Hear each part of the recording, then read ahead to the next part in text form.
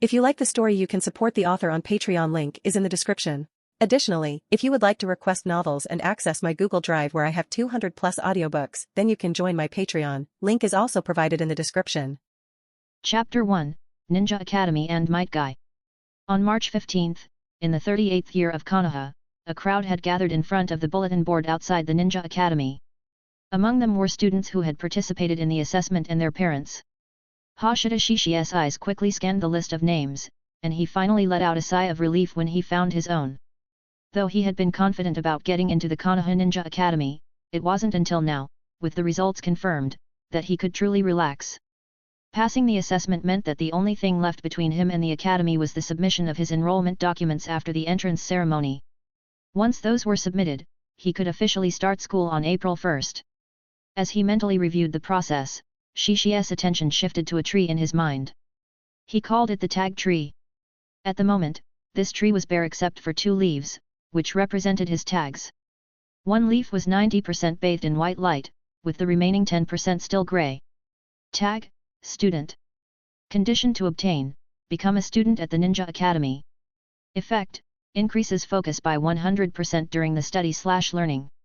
He then looked at the other leaf, which had already been fully activated, enveloped in bright white light. Tag, self-discipline. Condition to obtain, stick to a daily exercise regimen, at least 30 minutes, for 1 year. Effect, hard work can make up for lack of talent. Every effort will yield results, even if small. Each step contributes to a greater journey. To obtain this tag, Shishi, who had awakened his consciousness at the age of 4, had spent an entire year exercising every day, rain or shine. He started with half an hour of exercise daily, and now it had increased to at least an hour each day. Although he had earned the tag long ago, he had grown addicted to this routine. Of course, it was also because this tag was incredibly useful. Hard work pays off. This effect was practically game-breaking. What people fear most is putting in effort without any return, without results. If it weren't for his status as an orphan, he would have trained even harder. The reason he could maintain such a rigorous training routine at such a young age was because of the excellent head of the orphanage, Yakushi no. The orphanage's funds were limited, unable to support the purchase of various secret medicines to aid his training, but Yakushi no, who mastered medical ninjutsu, could somewhat make up for the lack of these supplements. Thinking of that gentle and kind woman, Shishi felt a warmth in his heart. But then, the thought of the loathsome Danzo sent a chill through him. I need to become stronger as soon as possible. And I need to make money. Shishi clenched his fists. He wasn't just any orphan without roots. His father had been a chunin in Konoha, and his mother a genin. They had left him an inheritance.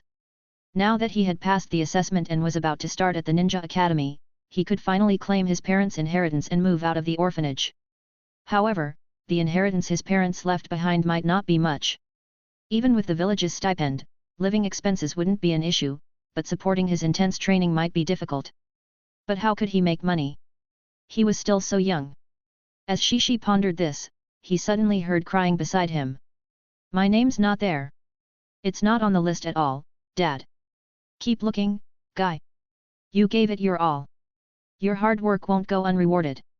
On the path drenched in your tears, you'll eventually find your name. Hashida Shishi turned his head and saw 2 figures dressed in an eye-popping shade of green. It was Might Guy and Might Guy. The sight was almost comical, but listening to the father and son's conversation made Shishi unable to laugh.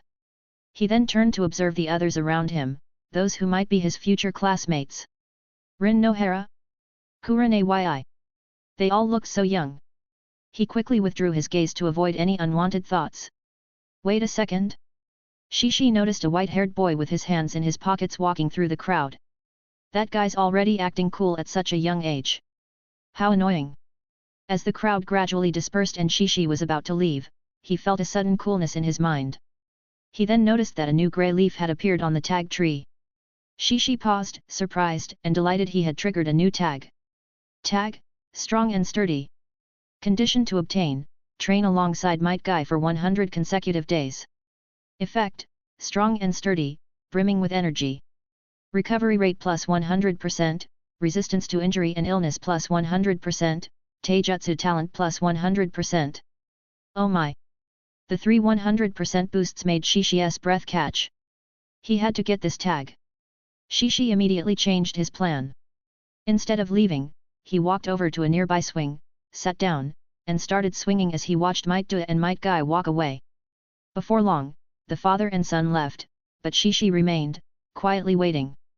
Sure enough, less than half an hour later, Might Guy reappeared. With a long banner hanging from his shoulders, Might Guy began running laps around the Ninja Academy's courtyard. This scene drew the attention of many people nearby, and Shishi could hear some mocking voices in the background. With a smile, Shishi got off the swing and approached Might Guy. Hey! Might Guy, who was running, suddenly noticed someone beside him. Startled, he slowed down and asked, did you not pass the exam either? No, I passed, Shishi replied. But passing doesn't mean I don't need to keep working hard. I think Uncle Du is absolutely right about one thing. Might Guy's eyes lit up, and he asked instinctively, what? Shishi smiled and overtook Guy. Hard work never goes unrewarded. I believe that effort always pays off, it's just a matter of time. Guy, my name is Hashida Shishi. I believe you can get into the Ninja Academy. This motivational speech brought Guy to a halt. He watched Shishi's back, feeling a surge of boundless energy within him. Smiling, he declared, my goal is 500 laps. If I can't do it, I'll walk 500 laps on my hands. Shouting loudly, Might Guy caught up with Shishi, and the two began running laps around the school courtyard side by side. From that day on, the Ninja Academy courtyard saw two figures training tirelessly, rain or shine. Sometimes, Might Do would cheer loudly for Shishi and Guy from the sidelines. Sometimes, it was just the two of them, with occasional sneers and mocking voices from other kids. Every now and then, a white-haired boy with his hands in his pockets would walk by coolly, his gaze lingering for a moment. 10 days later, on March 25th, the third Hokage, Hiruzen Sarutobi, visited the Ninja Academy to inspect it in preparation for the new term in April. He noticed the sweat-drenched Shishi and Guy training hard. He was pleased to see such hard-working youngsters. With youth like this, Konoha has a bright future. The next day, Might Guy's name appeared on the Ninja Academy's bulletin board. Congratulations, Guy! Shishi said with a genuine smile. Though he knew the story, if Guy hadn't shown such hard work, would Hiruzen have enrolled him? Certainly not. Hiruzen couldn't see the future, and Might Do wasn't anything special at the time. Guy, now overwhelmed with emotion, was crying tears of joy. Thank you, Shishi. Shishi shrugged. See? Hard work never goes unrewarded. Come on, we still haven't finished our training today. Wiping his tears and snot away, Guy shouted, today, I must challenge 1000 laps. If I can't do it, then 1000 push-ups. And I have to outlast you, Shishi. Chapter 2, Scholar. Konoha, April 1st, Year 38. Click. With the sound of a camera shutter, the entrance ceremony for Hashida Shishi's class officially came to an end. The previously quiet crowd instantly became lively as everyone started to leave the school grounds. Hashida Shishi walked side by side with Might Guy, heading home, when they spotted a panting and late arriving Uchiha Obito. Seeing his classmates leaving in small groups, Uchiha Obito sighed in disappointment. He was late again. Kakashi stopped walking, turned slightly, and with a mocking tone said, late even to the entrance ceremony, hey!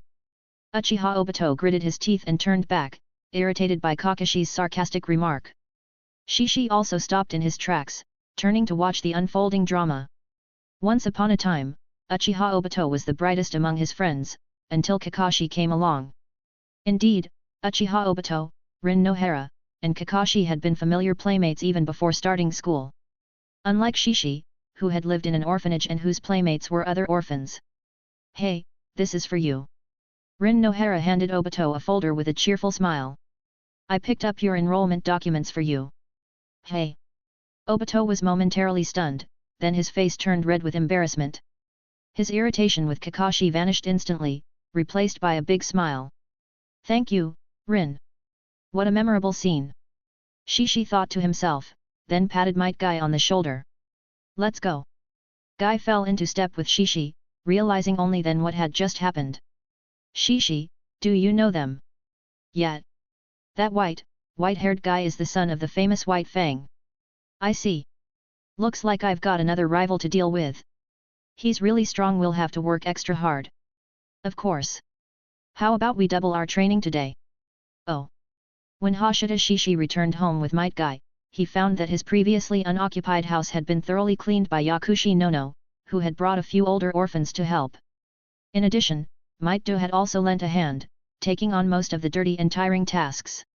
Afterward, everyone pitched in to prepare a hearty lunch, with the ingredients that Shishi had already bought earlier that morning after his training. Originally planning to leave, Might Do decided to stay, as there was too much food prepared to let it go to waste. At 1 p.m., after a satisfying meal and tidying up, Might Do and Might Guy bid their farewells and left. Shishi then escorted Yakushi Nono and the others to the door. "Don't worry, Director, I'll take good care of myself," Shishi assured, smiling at the ever-concerned Yakushi Nono. Nono nodded, "I believe in you, but please, if you encounter any difficulties, don't hesitate to come back to the orphanage." Shishi nodded earnestly. "I will." Nono handed him a notebook she had prepared earlier. "These are some notes from my medical ninjutsu studies, consider it a gift. If you ever need anything, don't hesitate to reach out to me." Overjoyed, Shishi quickly took the notebook and then hugged Nono's soft waist. "Thank you." Nono gently patted his head. "From today on, Shishi, you're standing on your own now. Keep up the hard work."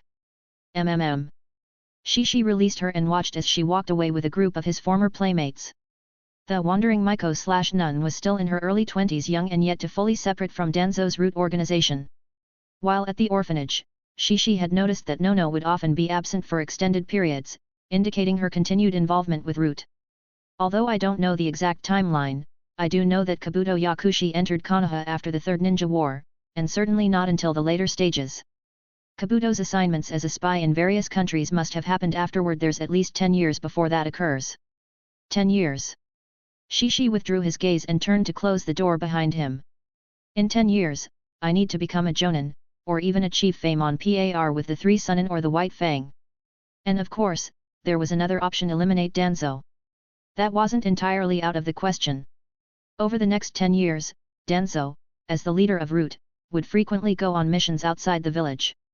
The key was having enough strength to take him down when the time came. Despite Danzo later being wounded by Amir Kunao in a battle with Susanoo, the fact that he rose to become the second most powerful figure in Konoha meant his abilities were not to be underestimated. His wind-release ninjutsu alone was rare not only in Konoha but across the entire ninja world. Putting these thoughts aside, Shishi carried the notebook into his study. The house left by his parents was a 2-bedroom, 1 living room layout. Aside from the bedroom, the other room served as his study. On the desk in the study, 2 scrolls were laid out, his parents' ninja technique scrolls, containing their notes. There weren't many jutsu because his parents were only a chunin and a genin. Aside from the 3 basic techniques, Henge, Kawarimi, Bunshin, his father had left him 2 fire-release jutsu, Flame Bullet and Dragon Fire technique, both of which were C-rank in terms of difficulty. His mother had left him a wind-release jutsu, Gale Palm, in addition to the 3 basic techniques. Yes, a rare wind-release chakra nature. Of course, chakra nature and innate talent are 2 entirely different things. Placing Yakushi Nono's notebook on the desk as well, Shishi didn't immediately start reading it. Instead, his attention shifted to the tag tree in his mind. There was a pleasant surprise. After today's entrance ceremony, the student tag had been fully activated. But the surprise was that the tag tree displayed a prompt. The student tag could be combined with the self-discipline tag to create the scholar tag. Tag, Scholar. Condition to obtain: possess both the student and self-discipline tags and maintain 100% focus for at least 100 hours of study. Effect: the ultimate learning machine 10x focus, with thought processing speed increased by 100%. The effects of the original tags will remain. This is amazing. Shishi became excited. He had only tested the 100% focus effect a bit and found that he could instantly enter a highly focused state even in extremely noisy environments. Obviously, this is an effect that calms the mind and blocks out external distractions. And if 1x focus is already this powerful, then 10x. I might end up studying obsessively, unable to stop. Shishi marveled. And an increase in thought processing speed by 100% means my brain will work faster, leading to quicker reactions. Both focus and thought processing speed would be incredibly useful not just in studying, but also in combat. Thought processing speed is essentially the speed at which the brain processes information, which could also be considered as the speed of neural reactions, right? Chapter 3, Memory Palace. The scholar tag must be synthesized. 100 hours of studying with 100% focus. Thanks to the student tag, focus isn't an issue. Even if you study just 1 hour a day, at most, it would take 100 days. If it really takes 100 days, then there's no hope. Shifting his gaze back to the desk, Shishi Hashida picked up the clock beside him and set the timer, then opened the scroll left behind by his father. He had only skimmed through it before, but now he intended to study it thoroughly. Under the enhancement of the student tag, Shishi Hashida quickly immersed himself in his studies, undisturbed by anything else. The scroll contained a lot of information, and it was clear that much of it had been added later, not completed in one sitting. It covered everything from chakra refinement, shuriken throwing, and the 3 basic jutsu, to various matters a ninja must be mindful of during missions, and detailed explanations of 2 fire release jutsu. It was very thorough. However, when it came to chakra refinement, Shuaki quickly realized that his father was far less skilled than Yakushi no. But that wasn't surprising after all. Yakushi no was a medical ninja and currently at the Jonin level, far beyond a Chunin's expertise. Even so, Shishi Hashida still gained some valuable insights on chakra refinement from the scroll. Time ticked away, and when the alarm went off, it was already 4 p.m. Shuaki raised his head, slowly pulling his mind away from the scroll. First word, amazing. Second word, exhausted. Not only was his mind mentally fatigued, but his body also felt weak, as if he had been completely drained. Barely able to press the alarm off, Shuaki crawled to get some food. Luckily, there was plenty of food left from lunch, so he had no shortage of nourishment. After eating his fill, Shuaki felt revived and couldn't help but reflect, high-intensity focus can't be sustained for long.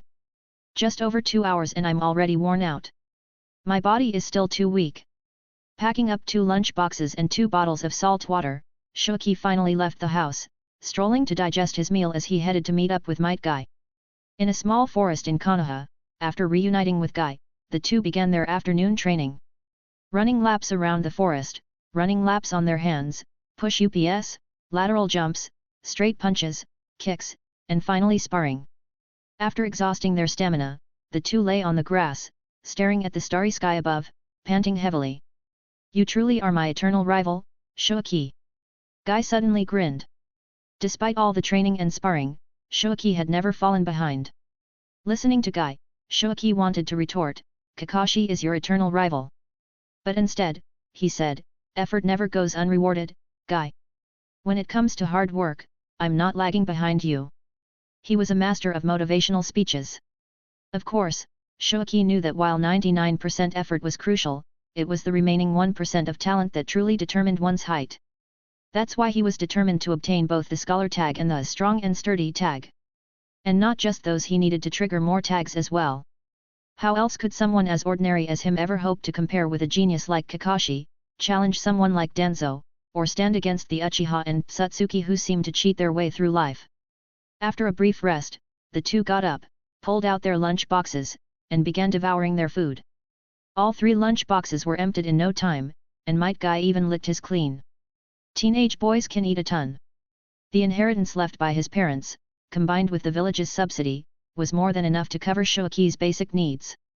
But anything beyond that was out of reach. How could he make some money? He was just too young. Lost in thought, Shuaki casually chatted with Guy as they walked home, their occasional laughter startling a few birds from the trees. By the time they got home, it was nearly 8 p.m. After washing the lunch boxes, Shuaki took a refreshing bath, tossing his clothes into wash as well. The time was now 8:30 p.m. After preparing a late-night snack, Shuaki sat down at his desk, set the alarm, and once again focused intensely on his studies. At 11 p.m., the alarm went off. Feeling drained, Shuaki turned off the alarm and quickly downed his prepared snack. With a full stomach, he paced around the house, reviewing the contents of the scroll in his mind to reinforce his memory. "My memory is much better than it was in my previous life, maybe I should try the memory palace technique I trained in back then." Whether it was due to the fact that he had crossed over into this world, or because people in the Naruto world naturally had better memory, Shuaki felt it was worth trying out the memory palace technique. Especially since in the Naruto world, there were genjutsu, brain sealing jutsu, and various sealing techniques. By the time he had finished digesting his food, it was exactly midnight. He turned off the lights and got into bed. Within a minute, Shoaki was fast asleep. April 2nd, 5 am, Shoaki woke up right on time. After washing up, he went for a run, picked up some groceries, and grabbed breakfast. After preparing lunch for the day, he ate his breakfast and arrived at the academy by 8 am, carrying his lunch box as he entered the classroom for Class 1A. There was still half an hour before classes began, and the classroom was empty. Unbothered, Shoaki chose a seat and closed his eyes, starting to build his memory palace. As time passed, the classroom gradually filled with activity.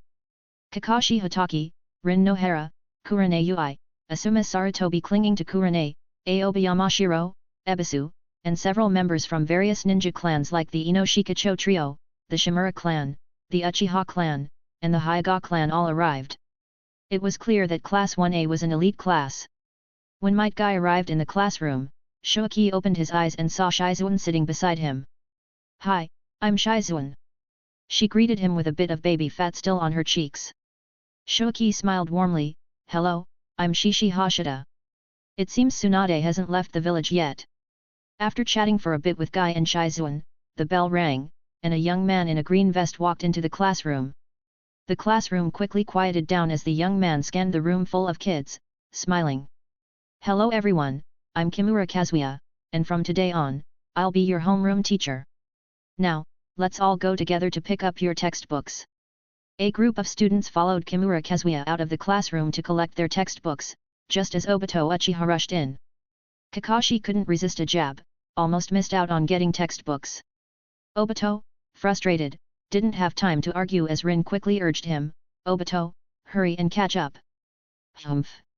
With a grunt, Obito caught up with Rin. After picking up the textbooks, Shoaki realized that the Ninja Academy had quite a few courses.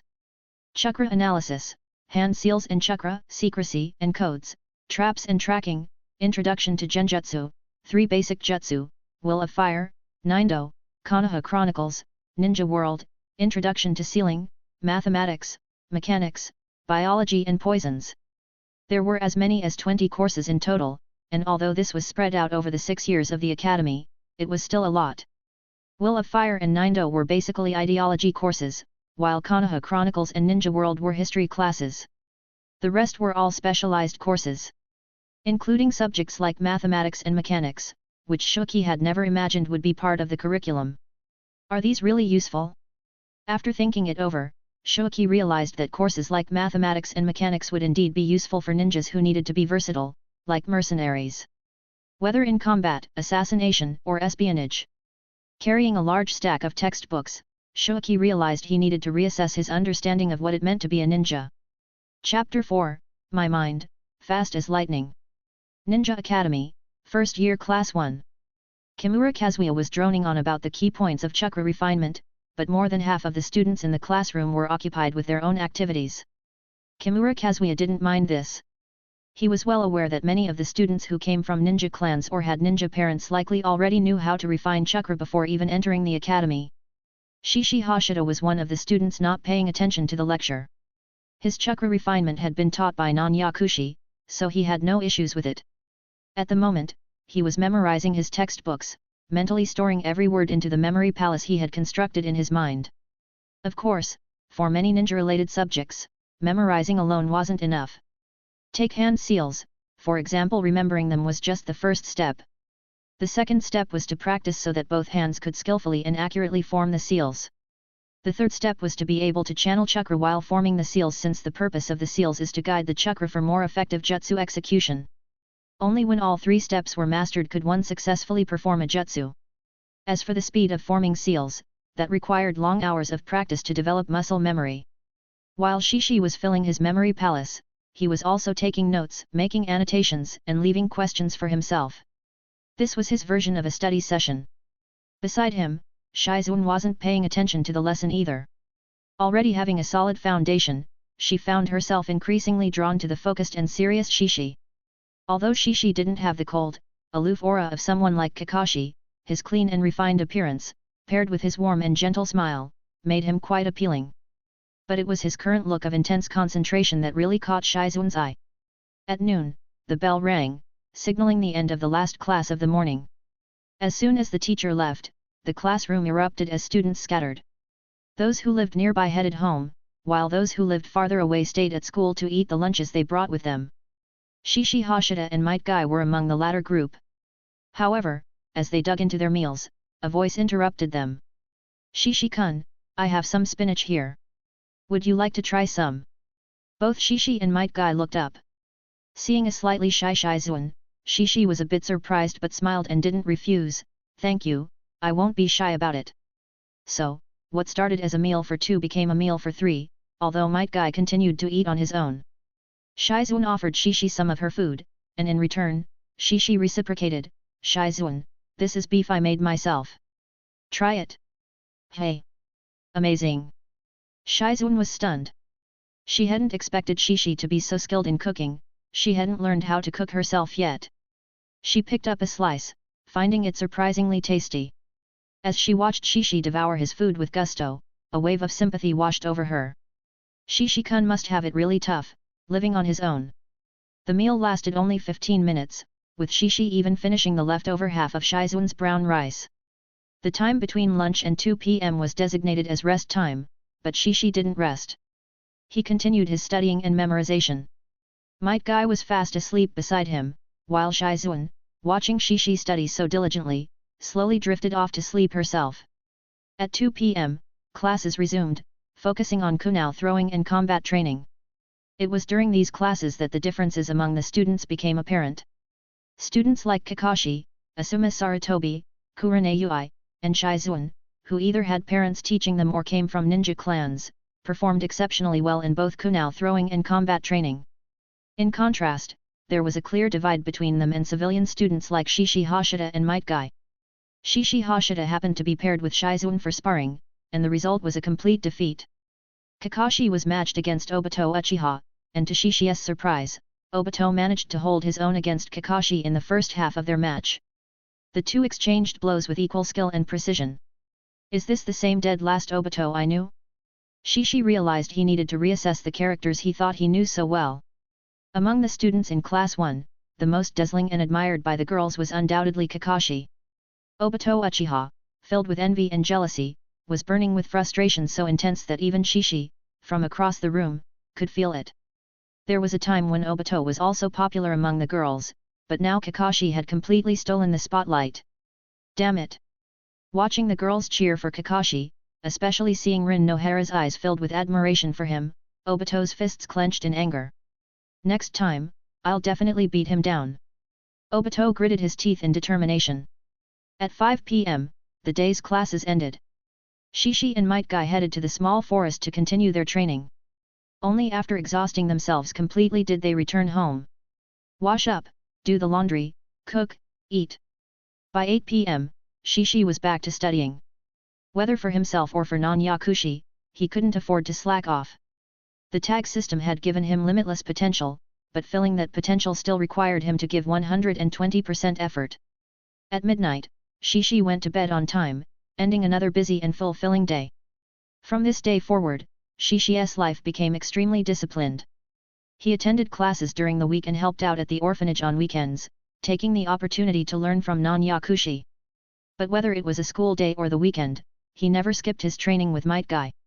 However, from this day on, during the daily combat classes, Shishi began a routine of constantly getting beaten up. Kakashi, Asuma Sarutobi, Kurane Yui, Shizuan, Obito Uchiha, except for Guy and a few other civilian students, Shishi couldn't win against anyone. The gap was obvious. Yet, in the eyes of their teacher, Kimura Kazuya, Shishi's rapid progress was clearly visible. Shishi's eagerness to ask countless questions every day also gave Kimura a strong sense of accomplishment and fondness for the diligent student. Time flew by, and a month passed in the blink of an eye. May 1st, 9 p.m. Finally, I've completed 100 hours of 100% focused study. Though mentally exhausted, Shishi was excited and full of anticipation. Focusing on the tag system in his mind, he immediately chose to merge the student and self-discipline tags.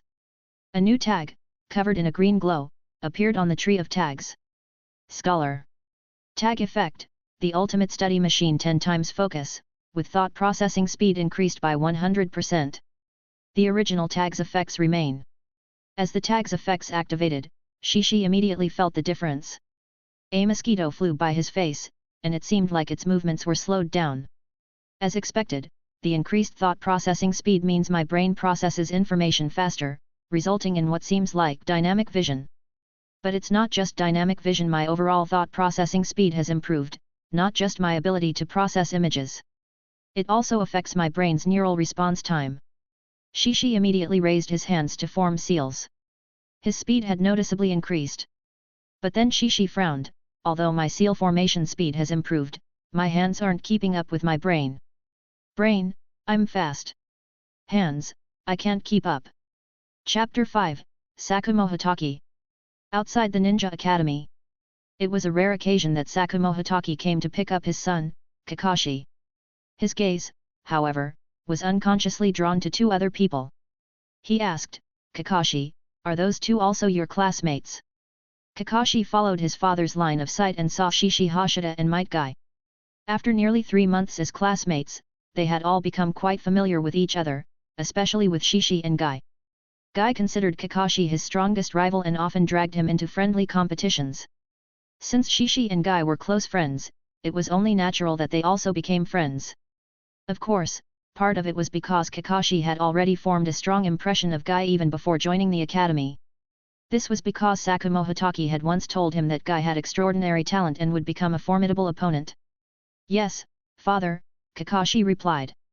His name is Shishi Hashida, and he's also my friend. His learning ability is incredibly strong. He's ranked first in the written exams for 2 consecutive tests. Sakumo smiled and said, it seems he's another outstanding talent. Kakashi, if you don't put in the effort, your friend might surpass you. Kakashi instinctively wanted to argue, because over the past 3 months, every time he faced Shishi in a match, the latter had always been defeated. But remembering Shishi's rapid progress over the past month, he hesitated. Especially in their practical class yesterday, when he was paired with Shishi. During their match, it felt as though Shishi could predict every one of his moves and techniques. Although he still won, it wasn't due to superior Taijutsu techniques, but rather because of his stronger physical abilities and more extensive combat experience. So Kakashi thought for a moment and then asked, Father, can I go train with them? Sakumo smiled and nodded, of course, go ahead. Kakashi quickly said goodbye to his father and caught up with Shishi and Guy. Naturally, Shishi and Guy welcomed Kakashi's participation, especially Guy, who had already invited Kakashi to join them many times. On the way, Kakashi couldn't help but ask the question that had been on his mind, Shishi, during our match yesterday, and in your matches with others, it seemed like you could see through all our movements. How did you do that? So he noticed after all. Shishi wasn't too surprised, exceptional people always draw attention. After thinking for a moment, he replied, Kakashi, when you're facing someone who is slower than you and you're familiar with their moves, you can also predict their actions. Kakashi frowned, your speed is... He quickly realized Shishi wasn't talking about the speed of his hands or feet. Are you referring to nerve response speed? Shishi nodded, that's part of it. He pointed to his brain and then to his eyes. When your eyes receive information from the outside world and pass it to your brain, which then sends feedback to your eyes and other parts of your body, it all takes time.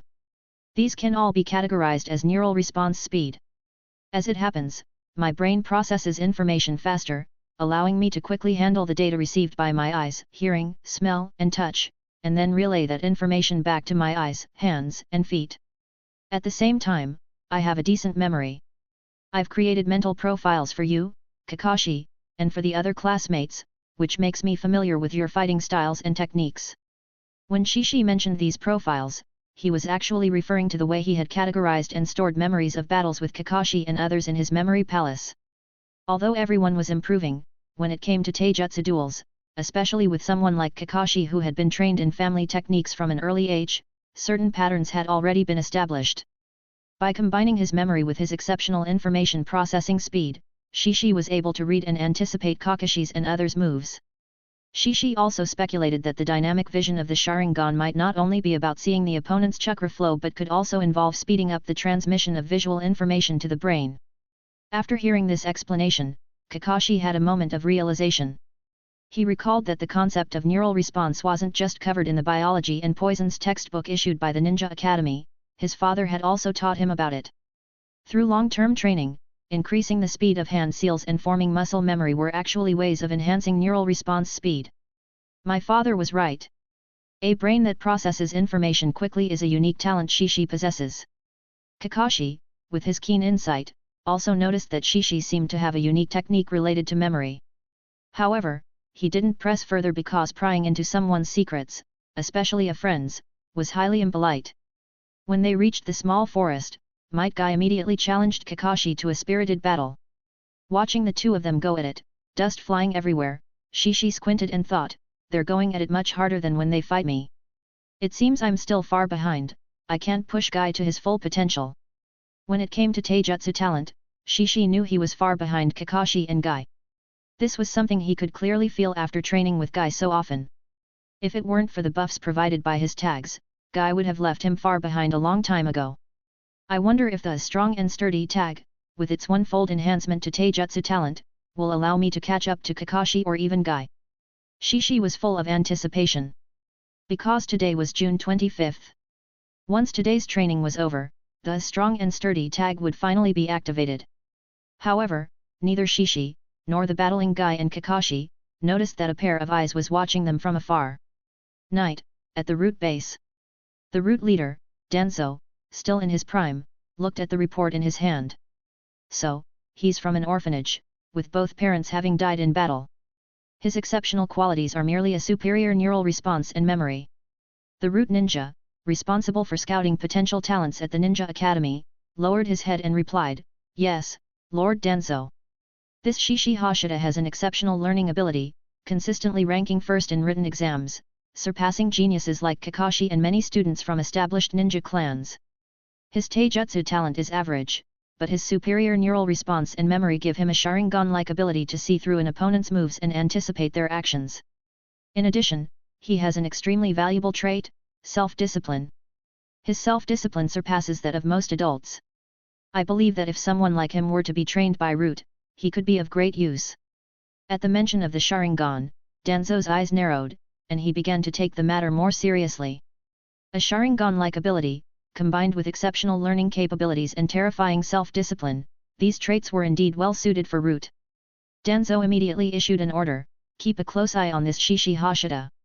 There were more talented individuals at the Ninja Academy than Shishi, such as Kakashi. But Kakashi was a child he couldn't recruit into root. End of chapter. Chapter 6, The Transformation Expert. In the small forest, Shishi Hashida, Kakashi, and Might Guy lay side by side on the grass, gasping for breath. Their stamina was completely drained. Despite his physical exhaustion, Shishi's mind was buzzing with excitement. The activation conditions for the strong and sturdy tag had finally been met. Activation.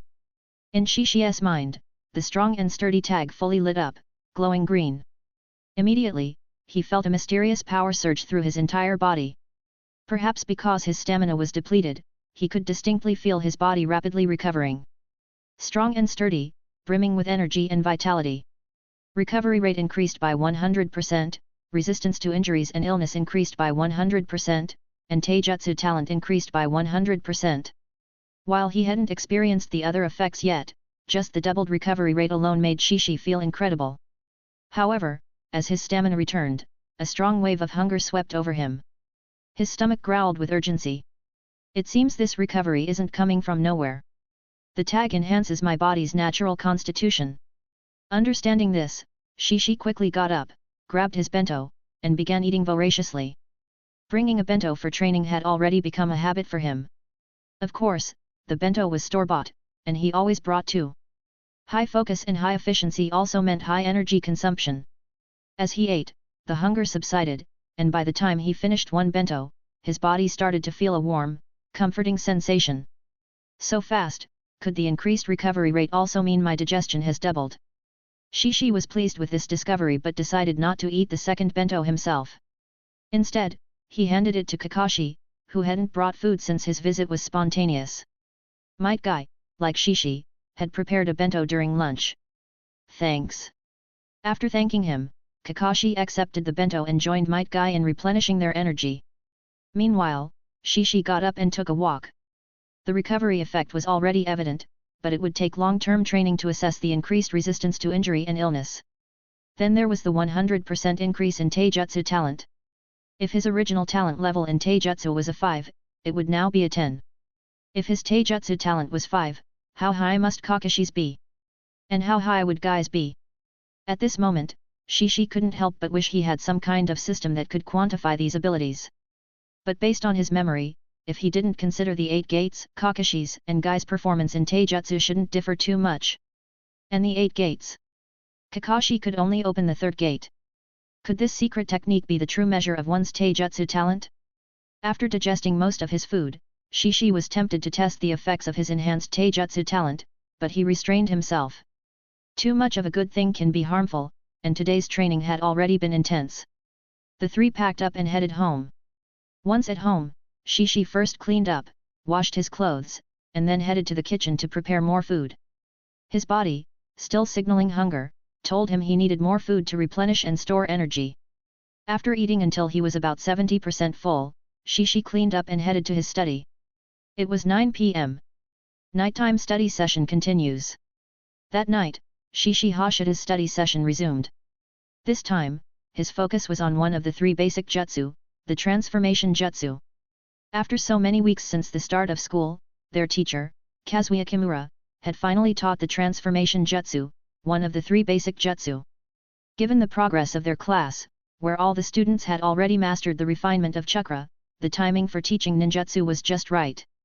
Entering a focused state, Shishi began by recalling the explanations his parents had left him about the transformation jutsu, along with Kazuya Kimura's teachings. He reviewed these 3 sets of memories. Building on what he had learned during the day's lessons, Shishi deepened his understanding, forming his own insights and comprehension. After completing this step, Shishi began to practice. First, he formed the hand seals while guiding his chakra.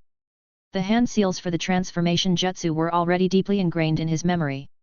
Due to Nono's teachings and his own dedicated training, he was also quite proficient in refining and controlling chakra. In this aspect, Shishi had a clear advantage. The third step was to choose a target for transformation. This required a thorough understanding of the person he wanted to transform into. The level of skill in the transformation jutsu depended on the control of chakra, but the key lay in the details. The person Shishi was most familiar with was, without a doubt, Might Guy, with whom he had been training for over 3 months. With memories of Might Guy in mind, a puff of smoke rose, and Shishi, sitting in the chair, transformed into Might Guy. He stood up and walked to the bathroom mirror. The appearance was flawless, but the demeanor was slightly off. Releasing the jutsu, Shishi took a moment to gather himself and then formed the hand seals again, performing the transformation jutsu once more. Poof! Might Guy reappeared, this time with a more accurate demeanor. However, when Shishi tested his voice, it was still far from perfect. This was the subtlety of chakra, even the voice could be altered. After 3 more attempts, Shishi finally achieved a transformation with no discernible flaws. His tag tree began to stir again. Shishi quickly checked it and saw that a new leaf had sprouted on the tree. Tag, Transformation Expert. Condition to obtain, transform into 100 different targets, meeting certain criteria. Effect, your keen insight allows you to quickly grasp the characteristics of others, making the jutsu second nature to you. You can even skip the hand seals, transforming into anyone with perfect accuracy. Even seasoned ninja can only detect you through flaws in intelligence. However, beware of chakra-sensing ninja, especially those with the Sharingan or Byakugan. Shishi was both surprised and a bit disappointed. When it comes to the transformation jutsu in the Naruto world, the most powerful user is White Zetsu, who can even mimic chakra, making it undetectable by the Byakugan, Sharingan, or even sensory techniques like the mind's eye of the Kagura. This transformation expert tag fell a bit short of that level. Still, transforming into 100 targets wasn't too difficult. Between his classmates and the companions from the orphanage, Shishi had more than enough people to meet the requirement. So the criteria are. Shishi realized that he had already completed one of the 100 targets. Might Guy had met the standard. Appearance, demeanor, and voice. Shishi now had a clear understanding. He then thought, since the transformation jutsu could trigger a tag, could the clone jutsu and substitution jutsu do the same? Should he self-study the clone jutsu and substitution jutsu first? Even though Kazuya Kimura hadn't taught them yet, with the notes left by his parents and Nono Yakushi, Shishi felt confident that these basic ninjutsu wouldn't pose a problem for him. The key to the clone jutsu lay in chakra control. The most basic clone jutsu only created a false image, not a solid clone, making it far less difficult than techniques like the shadow clone jutsu or water clone jutsu. As for the substitution jutsu, the most critical aspect was timing and prediction. It required preparing a substitute item in advance. Often, the transformation jutsu served as the foundation for this. This was also why Kazuya Kimura had taught the transformation jutsu first. A more advanced form of the substitution jutsu involved using a clone as the substitute. For instance, Orochimaru's earth substitution or Kakashi's lightning clone substitution could even counterattack when the clone was destroyed. Going even further, Shishi considered that Uchiha Sasuke's Ame no Tajikara could be seen as a form of the substitution jutsu. Just like how the Flying Thunder God technique could be classified as a body flicker jutsu.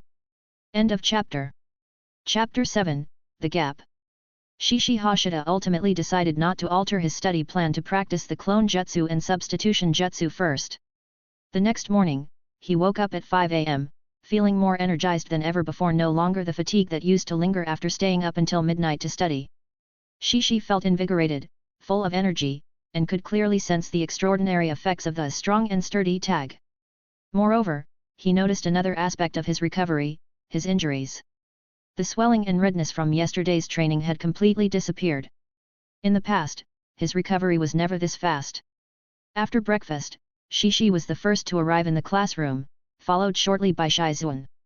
Taking advantage of the fact that the other students hadn't arrived yet, Shishi began observing Shizuan closely. She was his second target for the transformation jutsu. Feeling his gaze, Shizuan blushed and turned to ask, "Shishi, is there something you need? If there's anything I can help with, just let me know." Recalling their interactions over the past 2 months, Shishi identified one of Shizuan's key traits, her kindness and thoughtfulness. "I'm observing you for the transformation jutsu," Shishi explained with a smile. On the battlefield, in enemy territory, the transformation jutsu is often used spontaneously and for short periods. That requires keen observational skills to capture details quickly, avoiding any flaws that might give you away. Besides the appearance and shape, I believe we also need to pay attention to demeanor and aura. Additional details like voice and walking posture are crucial too. These elements need to be practiced, and you have to carefully observe the characteristics of different people." Shizuan nodded enthusiastically. Lady Tsunade says the same thing.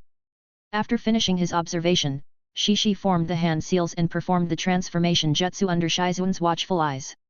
Poof! When the smoke cleared, there were 2 identical Shizuns sitting across from each other. Just then, someone walked into the classroom. It was Rin Nohara. She froze at the sight of the 2 Shizuns, unable to tell which one was the real one. Suddenly, with a puff of smoke, one of the Shizuns transformed into Rin Nohara. "Kakashi!" The Rin Nohara next to Shizuan clasped her hands in front of her chest and cheered. This was exactly how Rin acted every time Kakashi stood out during practical or shuriken throwing lessons. Although she wasn't the only girl who did this, the real Rin standing at the door still blushed deeply upon hearing it. At that moment, Shishi once again performed the transformation jutsu, turning into Kakashi with a puff of smoke. He stood up, hands in his pockets, and started walking towards Kakashi's seat. Rin stared in surprise. The cool expression, the hands in pockets stance, that back it was just like. Could it be Kakashi? Rin almost believed it, but then quickly dismissed the thought. Kakashi wouldn't play such a prank. Just then, Shishi stopped in the aisle, turned around, and with another puff of smoke, transformed into Uchiha Obito, complete with goggles. Pushing up the goggles, the Uchiha Obito snorted, "That arrogant Kakashi! Next time, I'll make sure he gets a taste of my power." Rin was startled. "Obito? No, wait, Obito wouldn't arrive this early." Poof! Shishi returned to his original form and smiled, "Sorry, I was practicing the transformation jutsu." As expected. Rin breathed a sigh of relief, then smiled, "Shishi, you're amazing. Sensei only taught this yesterday, and you've already mastered it." Shishi shrugged and said with a smile, "But I still didn't fool you, did I?" His rapid, precise transformations were thanks in large part to his memory palace technique. After all, he had already stored samples of each of his classmates in his memory palace. He had now completed 5 targets. Returning to his seat, Shishi chatted with Shizun for a bit. As more classmates arrived, he began observing each one, adding more details to his memory palace. By the afternoon, during the practical training class, Shishi also felt the noticeable effects of his improved Taijutsu talent. Even though Shishi Hashida had struggled with certain techniques despite rigorous training, today he found himself using them with remarkable ease, leaving his opponent, Might Guy, at a loss. Shishi, you've gotten stronger again. But I won't fall behind at all. Might Guy felt the pressure but became even more fired up, increasing the speed of his punches and kicks. Asterisk boom. Boom. Boom, asterisk. The two fought fiercely, exchanging blows and strikes, with neither able to gain a decisive advantage. Most of the students watching were cheering for Shishi, especially the girls. Kakashi, however, keenly noticed that Shishi seemed to have experienced a significant improvement. Kimura-sensei also nodded in appreciation. Shishi has made notable progress again. I wonder if he has been practicing privately. With such learning talent, he's only slightly behind Kakashi in this batch. Compared to Asuma, he is equally impressive. After several more rounds, the two combatants finally separated, both on one knee, breathing heavily, drenched in sweat. They had exhausted all their fighting strength. Hashida Shishi and Might Guy, it's a draw. Kimura announced loudly. After Shishi and Guy performed the reconciliation seal, Kimura Kazuya declared the next match, Kakashi Hatake vs Obito Uchiha. Kakashi maintained his aloof demeanor, while Obito Uchiha, after a quick glance at Rin Nohara, swaggered onto the field and said, Kakashi, this time you will definitely lose to me. Kakashi replied calmly, if you didn't show up late every day, I might believe that. Obito Uchiha gritted his teeth in frustration. Arrogant Kakashi, you're so infuriating. The remark had clearly rattled Obito Uchiha. After performing the confrontation seal, Obito rushed in eagerly, and a fierce clash began, just as intense as Shishi and Guy's earlier battle. The surrounding girls, meanwhile, were all cheering in unison for Kakashi. Shishi was focused, his eyes fixed on the two fighters. It wasn't just him who had improved. After 20 or so exchanges, Obito Uchiha was kicked flying by Kakashi. Rolling several times on the ground, Obito leaped up, brandishing kunao and charging forward again. Kakashi also drew his kunao, and the two figures clashed, sparks flying from their intense combat. It looks like Kakashi has been training with kunao, Shishi observed. Kakashi's kunao techniques were noticeably different from their previous fights. After another dozen or so exchanges, Obito, once again at a disadvantage, suddenly performed a series of backflips. After retreating a distance, he puffed out his cheeks and unleashed a fiery attack. Fire style, fireball jutsu. Shishi was surprised to see this for the first time. Despite Obito having lived with his grandmother and lost his parents, he was still a disciple of a prominent clan. Clearly, clans like the Uchiha and Hokage had established systems for training ninjas. Looking at Kakashi, he placed his hands on the ground, and a wall of earth shot up. Earth release, earth-style wall. Boom! The fireball collided with the earth wall, causing flames to scatter and forcing the spectators to retreat. Damn it! Obito, whose carefully prepared technique had failed, scowled in frustration and charged forward again. This is the difference. Shishi couldn't help but reflect inwardly. Kakashi had obviously not been using his full strength in their previous encounters, relying solely on Taijutsu. The proficiency Kakashi displayed with earth-style jutsu indicated he had learned it a long time ago. You can see your own efforts, but you can't see others' efforts, that doesn't mean they don't exist. Kakashi, with his background, must have started training at a very young age. However, Shishi didn't let this discourage him. With the help of his tag tree, he was confident that with continued effort, he would catch up. After another dozen rounds, Kakashi used a clone to outmaneuver the reckless Obito. He kicked Obito away and, before he could rise, Kakashi's kunao was already at his face. Obito, unwilling to give up, could only sigh in defeat. Teacher Kimura Kazuya reflected, as expected of the son of Konoha's White Fang. With such strength, without considering mission experience, he could easily qualify as a genin. However, considering Obito's poor theoretical knowledge and impatient nature, Kimura Kazuya shook his head and announced, Kakashi wins. Perform the seal of reconciliation. Kakashi sheathed his kunao and extended his hand. Obito hesitated for a moment, took Kakashi's hand to stand up, and then the two performed the reconciliation seal. End of chapter. Chapter 8, the script is off. Student life is always carefree, and because of this, time slips away unnoticed. In the blink of an eye, July arrived. With the release of exam results, summer vacation began. In the final exams, Shishi Hashida ranked 10th in his class. He scored perfect marks in the written tests, but his scores in ninja tool throwing and combat dragged him down. Those who ranked higher than him were students like Kakashi and Asuma Saratobi, who were both highly talented and from ninja clans. Don't be fooled by how inattentive they seem during class. There's a good chance they get private tutoring outside of school. As for Obito Uchiha, he naturally ended up at the bottom of the class. There was nothing to be done, he was hopeless in the theoretical exams. Rin Nohara had tried her best to give him opportunities, but unfortunately, Obito was just too useless. He couldn't even cheat properly. After leaving the school, Shishi Hashida was stopped by Shizuan. Shizuan asked, Shishi, do you have any plans for the summer? Shishi smiled and said, I've already made plans to train with Guy and Kakashi. Guy, standing nearby, flashed his white teeth in a confident and proud smile.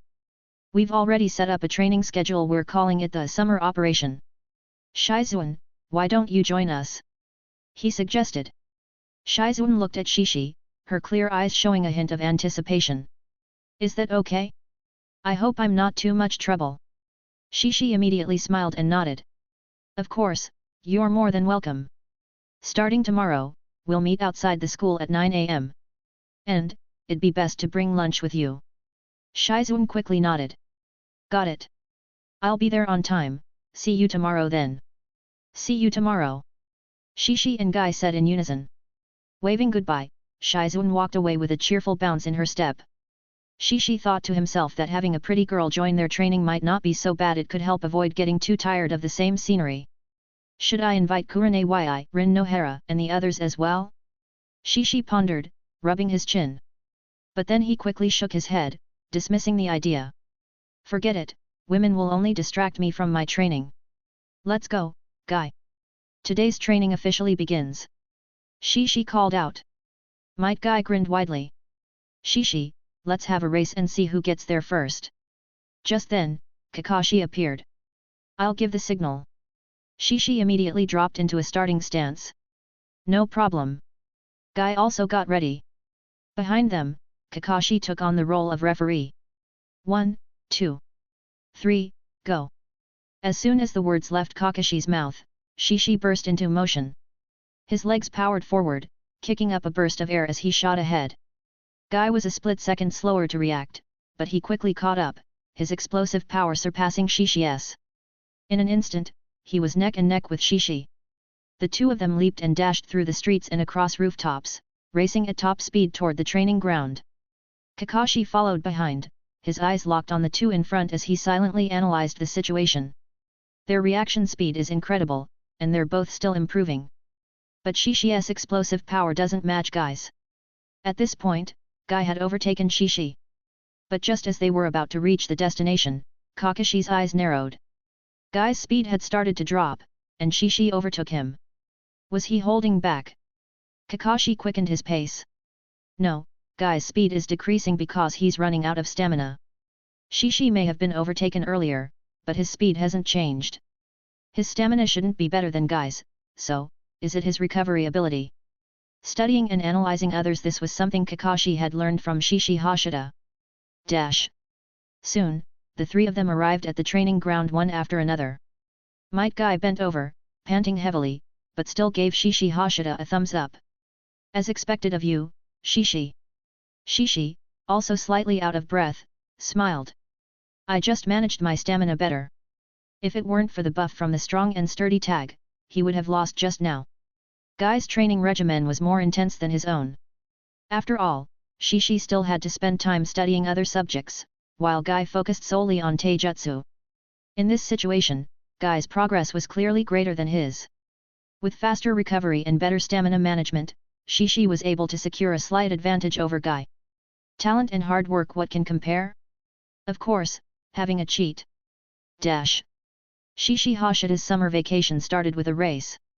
Time quickly flew by, and before long, it was afternoon. Today's training ended earlier than usual, wrapping up by 4 p.m. However, Shishi didn't head home right away. Instead, he strolled around the busiest part of Konoha. This summer, he was determined to find a way to earn some money. He wasn't aiming to get rich just to make some extra cash. Write a book. Seeing a bookstore, Shishi had a fleeting thought, but he quickly dismissed it. He wasn't Jiraiya, with all the time in the world to write books. He barely had enough time for studying and training as it was. Making money was just a means to get stronger, so he couldn't lose sight of the main goal. So, it's best if it's related to being a ninja. Shishi thought to himself, scanning the shops along the street one by one. Learning medical ninjutsu to treat people and working part-time at the Konoha hospital? But medical ninjutsu wasn't easy to learn. Suddenly, Shishi's gaze locked onto a shop selling ninja tools, and he stepped inside. "Little boy, are you here to buy a kunao?" The one who greeted him was a well-endowed young woman. Shishi couldn't help but take a second look before focusing on her youthful face, large, bright eyes, and rosy lips. He blinked and asked, "Sister, do you have anything other than kunao and shuriken here?" The shop was small, with only various kunao and shuriken visible. There were also some long, rectangular boxes on the wooden racks, likely containing swords or similar weapons. The young woman leaned forward, her ample chest nearly pressing against Shishi's face. She pointed toward the wooden rack. "Of course. Are you looking for a short sword?" she asked. The scent of milk filled his nostrils, and Shishi took a deep breath, then shook his head. The young woman blinked. "Explosive tags. Little boy, you're still a student at the Ninja Academy, right? Explosive tags are very dangerous for someone like you." Shishi immediately reached out and gently grasped the woman's cool, soft hand. Using his youthful age, innocent looks, and bright, dark eyes to his advantage, he pleaded, "Sister, you're so beautiful, please sell me just one." The young woman smiled warmly at Shishi. "Even though you are flattering me, I still can't sell it to you. But what do you want it for?" "Maybe I can help you," she offered. Shishi hung his head, putting on an act. "Sister, I want to learn how to make explosive tags so I can earn some money." The young woman was stunned. Shishi looked up, his eyes glistening with tears. "Sister, I got into the Ninja Academy from the orphanage, so I want to earn some money." "What a pitiful and sensible little guy." The young woman pulled Shishi into a tight hug, almost making it hard for him to breathe. But when she released him, she still said, "Even so, I can't sell it to you. It's too dangerous for you. But I can help you in another way. How about working here during the summer? I can pay you a salary." This isn't how the script was supposed to go. Shishi was speechless and quickly replied, "Thank you, sister, but I believe I can learn it. You should know I'm the top student in theory exams at the academy. If you don't believe me, you can ask Kimura-sensei." "Impressive." The young woman praised him before smiling again. "I believe you, but making explosive tags isn't easy. First, you need to understand sealing techniques. Second, you need to have fire release chakra. Also, the materials for explosive tags are quite expensive." Shishi immediately changed his strategy, adopting a proud expression and tone. "Sister, I do understand sealing techniques. Plus, I inherited my father's fire nature and my mother's wind nature chakra. Sister, if I learned to make explosive tags, you could provide the materials, and I could make them. Then we could sell them in your shop, and you'd just need to pay me a fixed amount for each tag." What a clever little guy. Impressed by Shishi's proposal, the young woman, Tenka, couldn't help but be amazed. She thought for a moment, then stood up and took an explosive tag from a drawer. She waved it in front of Shishi and smiled. "This explosive tag sells for 1000 RY, and the material cost is usually around 300 RY. Little boy, if you can figure out which seals were used to create this explosive tag, I'll teach you how to make them. Plus, for every tag you make, I'll pay you 200 RY. Chapter 9, Tsunade. 1000 RY for a single tag, and such a small one at that. Shishi Hashira recalled that explosive tags could come in larger sizes, which likely meant they were even more expensive. As expected of military-grade equipment. Suddenly, Shishi thought of Konan and her billions of explosive tags. Where did they come from? Did she buy them? It's probably related to Konan's secret technique, Shishi speculated.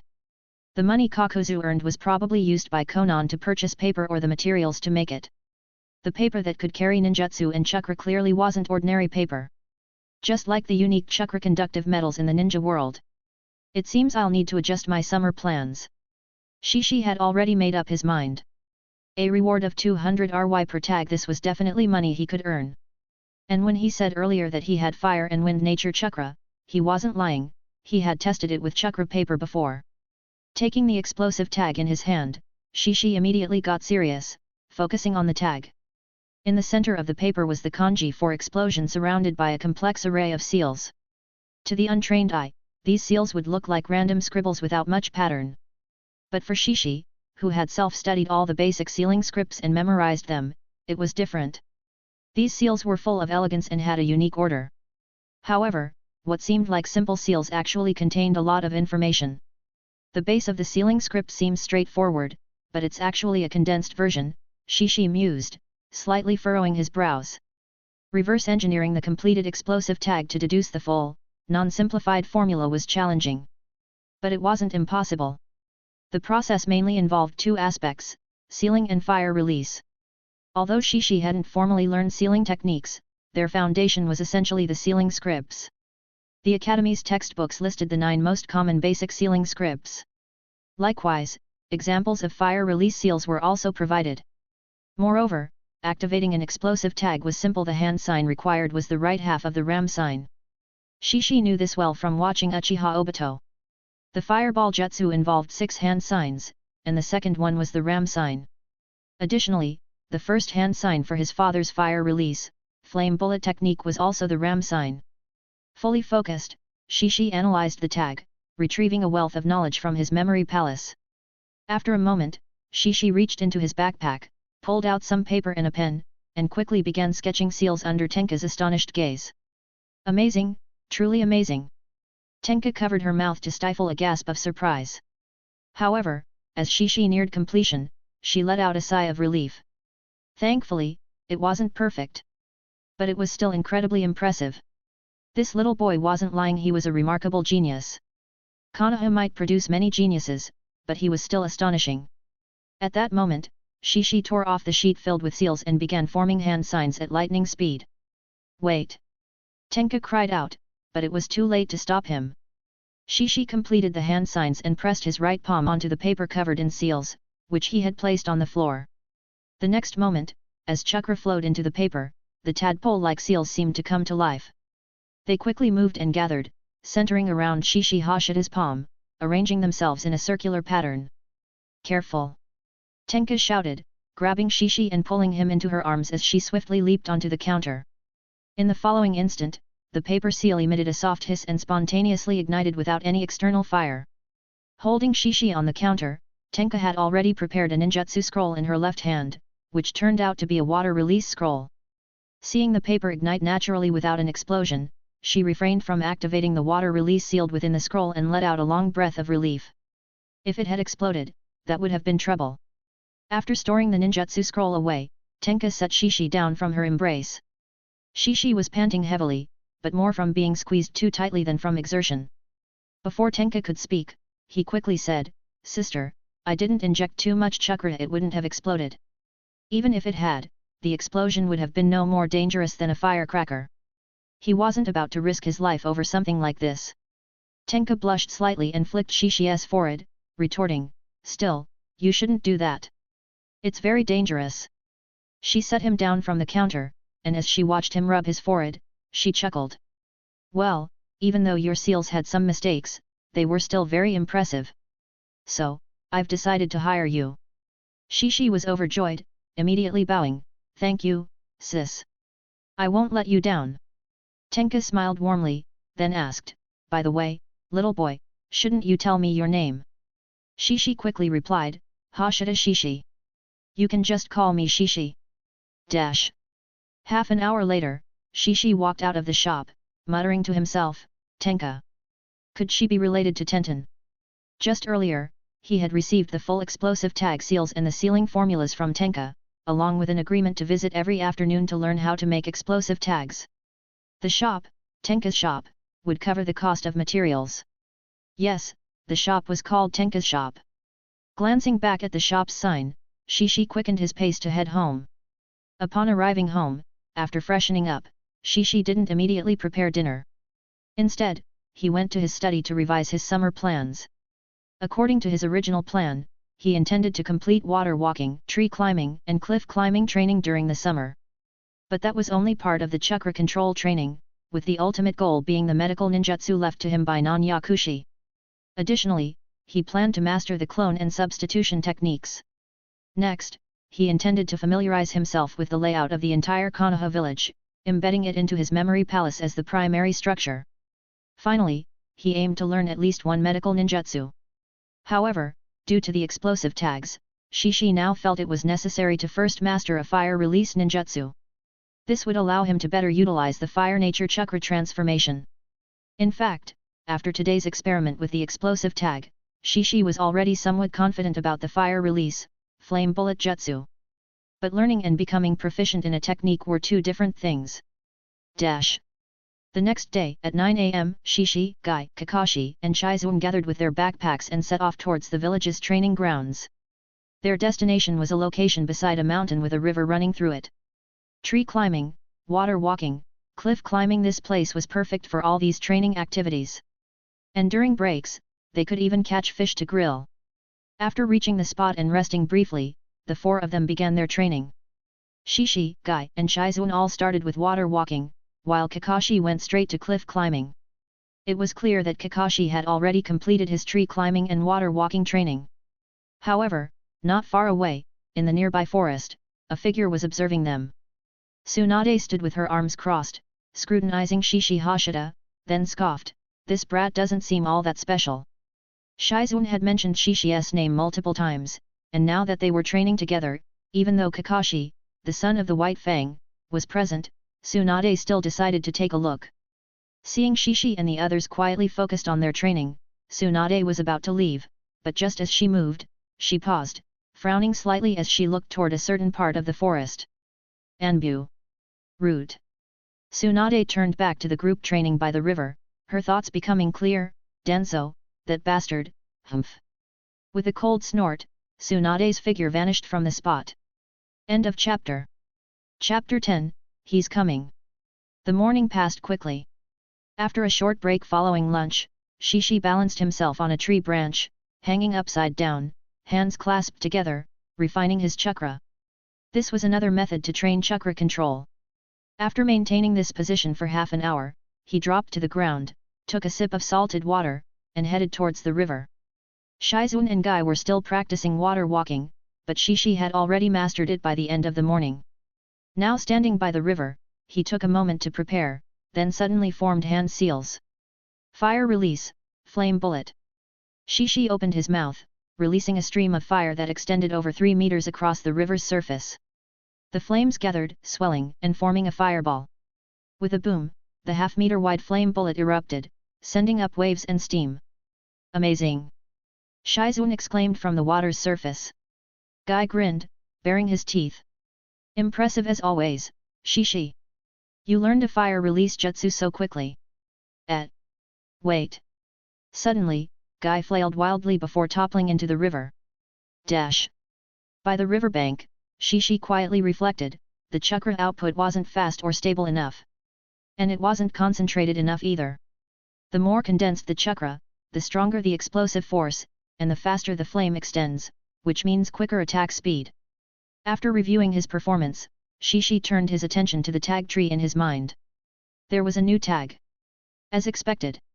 Shishi wasn't surprised when he saw the tag's name. Tag, Fire Release Expert. Condition to obtain, proficiently master at least 5 fire release jutsu of at least C rank. Effect, fire release aptitude increases by 100%, and fire release jutsu can be performed without hand seals. Not bad at all. However, for Shishi, obtaining this tag wouldn't be easy. Mastering jutsu is already challenging, and finding 5 C rank fire release jutsu takes considerable effort. With his experience learning fire release, flame bullet, Shishi was confident he could self-learn the great fireball technique he'd observed from Obito Uchiha. Add to that the dragon fire technique his father left behind, also C rank, and that made 3. But where would he find the other 2? Konoha doesn't have a store that sells jutsu. Could I get them from Tenka's shop? After pondering it for a moment, Shishi decided to set the thought aside for now. 10 days passed in the blink of an eye. On his day off, Shishi Hashida visited the orphanage. Unfortunately, Non-Yakushi had been away on a mission and hadn't returned for over a month. After spending the entire day at the orphanage, Shishi returned home in the evening and immediately completed the conditions required to unlock the Transformation Expert tag. Activate. With just a thought, the Transformation Expert tag on his tag tree lit up green. The next moment, he felt a significant difference. The transformation jutsu now felt like an innate ability, hardwired into him. He no longer needed to form hand seals, he could perform it effortlessly. No wonder it's a green tag. Shishi silently praised, and with another thought, he transformed into Kakashi. No hand seals, no smoke, and the transformation took less than 0.1 seconds, smooth as silk. Excellent, excellent, excellent. Shishi was increasingly satisfied and grew more eager to unlock the Fire Release Expert tag. Not needing to form hand seals meant he could be more stealthy and unpredictable. The speed of execution alone would give him an unparalleled advantage in combat. If an enemy hadn't gathered prior intelligence on him, they'd be caught completely off guard. Even the most experienced opponents wouldn't be able to predict which jutsu he was about to use. After releasing the transformation jutsu, Shishi pondered, it seems I should focus my training based on the tag tree. Trigger the tags, complete the conditions, training, and activate the tags. I've already mastered water walking, tree climbing, and cliff climbing. Those training goals are complete. I've also proficiently mastered the flame bullet technique, meeting the tag tree's requirements. So now, aside from maintaining basic taijutsu and physical training, I should focus my energy on specialized training. Shishi's progress over the summer was faster than he had anticipated, prompting him to revise his plans once again. But why haven't I unlocked any tags for taijutsu or ninja tool throwing? Shishi was puzzled. Are taijutsu and ninja tool throwing not considered important enough? Or was there some other reason? After thinking carefully, Shishi speculated, could it be because I don't have a style? His current taijutsu training didn't follow any particular style, there were no fixed techniques or names. Techniques like the Konoha Whirlwind or Konoha Strong Whirlwind were part of a style that Might Guy had created. Rubbing his chin, Shishi felt like he had an epiphany. So, without any shame, he decided to name his taijutsu Konoha style taijutsu and his ninja tool throwing Konoha style ninja tool throwing. Sure enough, the tag tree immediately responded, and 2 gray-white tag leaves appeared. Tag, Taijutsu Expert. Condition to obtain, defeat Kakashi in taijutsu battles a total of 50 times. Effect, taijutsu aptitude increases by 100%, physical strength increases by 100%, and nerve reaction speed increases by 100%. Tag, Ninja Tool Expert. Condition to obtain, proficiently use at least 10 types of ninja tools. Effect, ninja tool usage aptitude increases by 100%, physical strength increases by 100%, and nerve reaction speed increases by 100%. Hiss. Looking at the 2 newly appeared tags, Shishi couldn't help but feel envious. These tags offered enhancements to his physical capabilities. As a ninja, having a body with high potential and a high ceiling was incredibly important. Physical attributes largely determined one's chakra capacity. And for a ninja, chakra capacity could be seen as the ceiling of their overall potential. Can't rush it one step at a time. I'll get them all eventually. Shishi was now more motivated than ever. Time flowed like water, and in the blink of an eye, September arrived, leaving only 4 days until the start of the new academy term.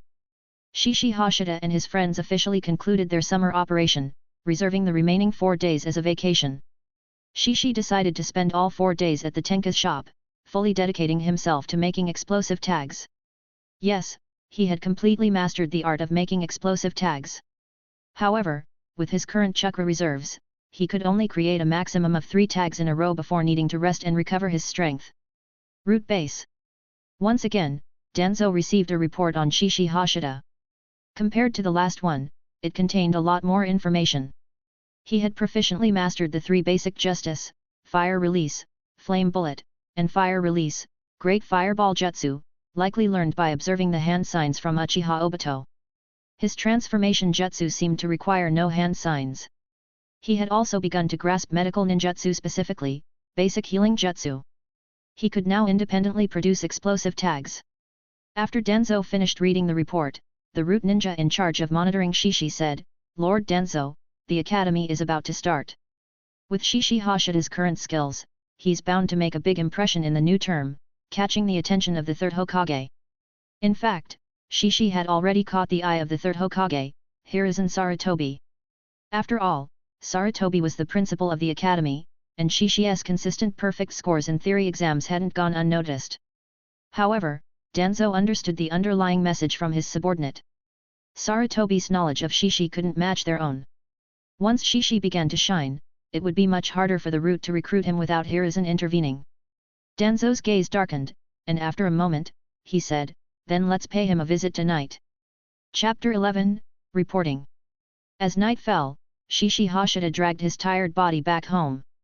With limited time today, he only managed to make 3 explosive tags, earning 600 ryo. For food expenses, that would cover about 25 meals for him. For an average person, it would be enough for 100 meals. Since learning how to make explosive tags, including today's earnings, he had accumulated 4,000 ryo.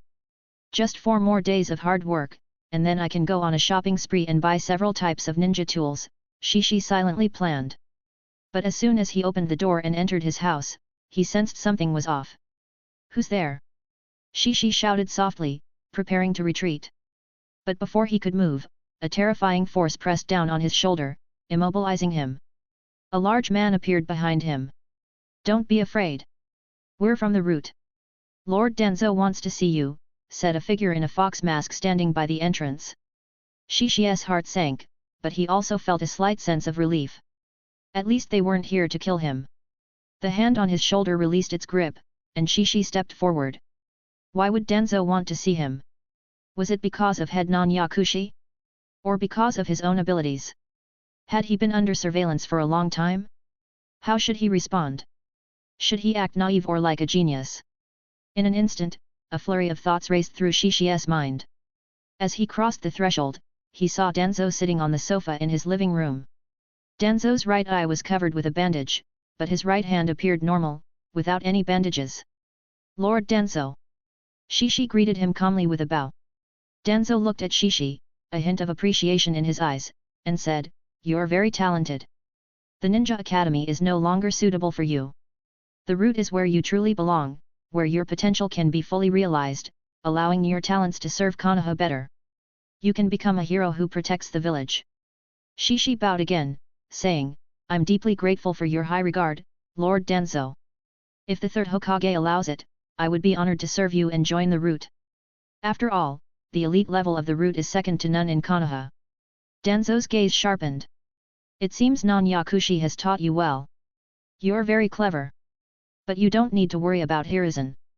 The root is part of the ANBU." Still bowing, Shishi respectfully said, "Lord Danzo, I'm currently a student at the Ninja Academy. The 3rd Hokage is the headmaster, so I am one of his students. I must receive the Hokage's approval and permission before I can graduate early and join the root to serve you." "Impudent! How dare you refuse, Lord Danzo?" A sudden shout rang out, and Shishi felt a terrifying killing intent envelop him, making every hair on his body stand on end. A wave of fear surged from deep within. For the first time, he realized that killing intent was a real thing, capable of instilling overwhelming terror in its target. Cold sweat ran down his back, and droplets of sweat unknowingly began to form on his forehead. Biting the tip of his tongue, Shishi spoke in a slightly hoarse voice, "Lord Danzo, if I were to agree to serve you without the 3rd Hokage's permission, that would be a betrayal of the 3rd Hokage. If I betray the 3rd Hokage today, I could just as easily betray you in the future. I believe this is not your intention." Danzo stared at Shishi, his admiration growing. For someone of this age, to remain so composed and articulate in such a situation perhaps only Orochimaru could compare. He became even more determined to bring Shishi Hashida into the root. "Very good." Danzo slowly stood up and walked past Shishi, saying, "Serving me is the same as serving Hiruzen. Besides, your head director, Non-Yakushi, is also a member of the root. You were born to be part of it. So, Hiruzen won't stop you. As he spoke, Danzo paused, already at the door, and added, moreover, you wouldn't want anything to happen to Director Non-Yakushi, would you? With those words, Danzo exited the house. The two root shinobi inside the room also vanished silently, as if they had never been there. The terrifying killing intent receded like a tide, and Shishi couldn't help but gasp for air. Danzo, that despicable old man, was bullying a child like him. This whole scenario hadn't been part of Shishi's expectations. Danzo showing up at this moment likely meant he had noticed the significant progress Shishi had made over the summer. What should he do? Wiping the sweat from his brow, Shishi closed the door and headed to the bathroom. He washed up, cooked a meal, and filled his stomach. By the time he had finished cleaning up, he had thought things through. Without worrying whether the root was still watching him, Shishi headed straight for Konoha's bustling streets. Before long, he found Tsunade in a tavern, with Shizune by her side. Luckily, it was still early, and Tsunade hadn't gotten drunk yet. Shishi! Shizune exclaimed in surprise when she saw him. Shizune! Shishi greeted her with a smile, then approached the table and bowed to Tsunade. Good evening, Lady Tsunade. I'm Shishi Hashida. Tsunade glanced at him. Kid, I know who you are. Shizune says you are quite the genius. Shizune blushed at that. Shishi smiled at Shizune, then turned to Tsunade. Lady Tsunade, I'd like to ask you to take me to see the third Hokage. Tsunade raised an eyebrow, showing a bit of interest. Why? Shishi laid it all out. Just now, the root leader, Danzo, broke into my house and invited me to join the root. What? Shizune gasped, Shishi, you. Lady Tsunade. But before she could finish, Tsunade silenced her with a glance. Disgust flickered in Tsunade's eyes, but she smirked. Danzo is the second most powerful man in Konoha, and the root is very strong. Shishi responded righteously, but I'm a student at the Ninja Academy, and the third Hokage is the headmaster. That makes me his student. Tsunade scoffed, so you're saying you're my junior, then? Shishi quickly seized the opportunity. If Lady Tsunade doesn't mind, then of course I am. Tsunade rolled her eyes, took a sip of her drink, and snorted.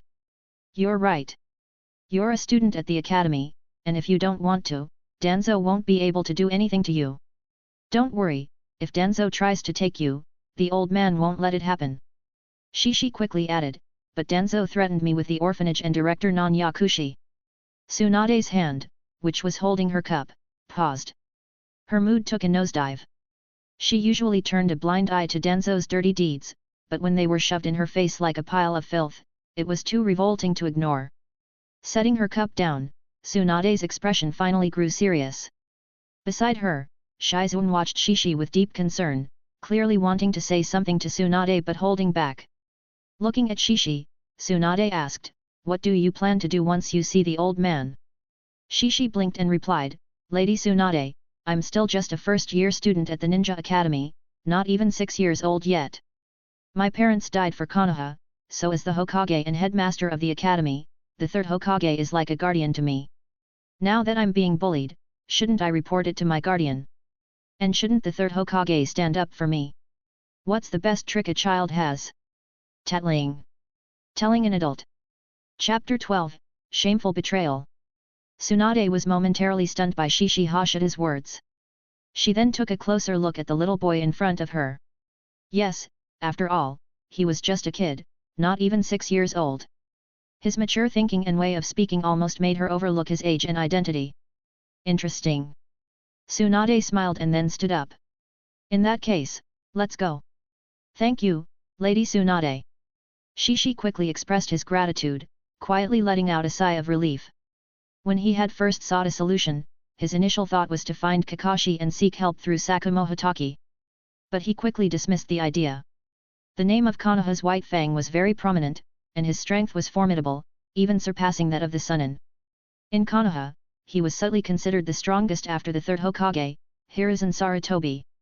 However, after analyzing the situation more thoroughly, Shishi realized that in terms of influence, Sakumohotaki couldn't compare to Tsunade. He had also considered asking for help from Tenka, the sister at the Tenka's shop, but he quickly ruled that out as well. Without a doubt, Tsunade was the best choice, followed by Sakumo Hitaki, then Tenka. Lastly, he could consider seeking help from his academy sensei, Kazuya Kimura. Or he could just stake out the Hokage's office and intercept visitors. Now that Tsunade was stepping in, the situation carried much more weight. Even if Hiruzen Sarutobi's judgment were clouded by Danzo, he would still have to give face to his disciple, Tsunade. This was the best strategy Shishi could devise with his current abilities and connections. When strength isn't enough, one must rely on their network. Shishi gave Shizuan a reassuring look, and the three of them headed out together. "Kid, a word of caution." Tsunade suddenly stopped and said, "Even if you go tattle, it won't affect Danzo. In fact, it might make him see you as an enemy." Shishi nodded. "Don't worry, Lady Tsunade, I understand that." Danzo was the second most powerful figure in Konoha, a former comrade and close aide to Hiruzen Sarutobi. There was no one in Konoha more suitable than Danzo to handle the tasks that the Hokage couldn't be directly involved in. This was a matter of practical interests. And even considering what Danzo had done, it was still far from enough to bring him down. Reporting him now would only serve to annoy Danzo. Shishi had already taken all this into account, but he remained undeterred and continued, "He can't do anything to me while I'm in the Ninja Academy, but once I leave for missions, he'll have 1,000 ways to deal with me. As long as there's no evidence, who could say anything?" Tsunade remained silent, then nodded. "As long as you understand." She resumed walking, and the three of them made their way toward the Hokage's office. Shishi spoke up, "Lady Tsunade, could you request that the third Hokage bring Director Non-Yakushi back? The director possesses unparalleled medical ninjutsu. Forcing a medical ninja to gather intelligence is the greatest disrespect to their skills." Tsunade glanced at Shishi and said, "You're absolutely right." Shishi looked around cautiously and reminded her, "Lady Tsunade, the root shinobi might still be monitoring me. Meeting the third Hokage as quickly as possible is the best course of action." Tsunade paused for a moment, then grumbled, "Got it." In the next instant, Shishi felt the wind whipping against his face, his features distorting. Tsunade had grabbed him by the back of his collar, lifting him with one hand while holding Shizuan with the other. With a powerful leap, she sped toward the Hokage's office. Women really are petty. Shishi thought to himself, but he was deeply grateful to Tsunade. Tsunade landed outside the Hokage's office, letting go of Shishi and Shizuan. Feeling solid ground under his feet, Shishi quickly tidied up his hair and rubbed his face, which had grown stiff from the wind. The reason he had taken the time to shower and eat before coming out was not only to think of a solution but also because he didn't want to meet Hiruzen Sarutobi looking pitiful. Since Danzo had targeted him for his talent, he needed to present himself to Hiruzen as a genius, ensuring the third Hokage would take him seriously. "Smart kid," Tsunade muttered to herself, then turned to Shizuan. "Shizuan, you wait here." Shizuan nodded obediently.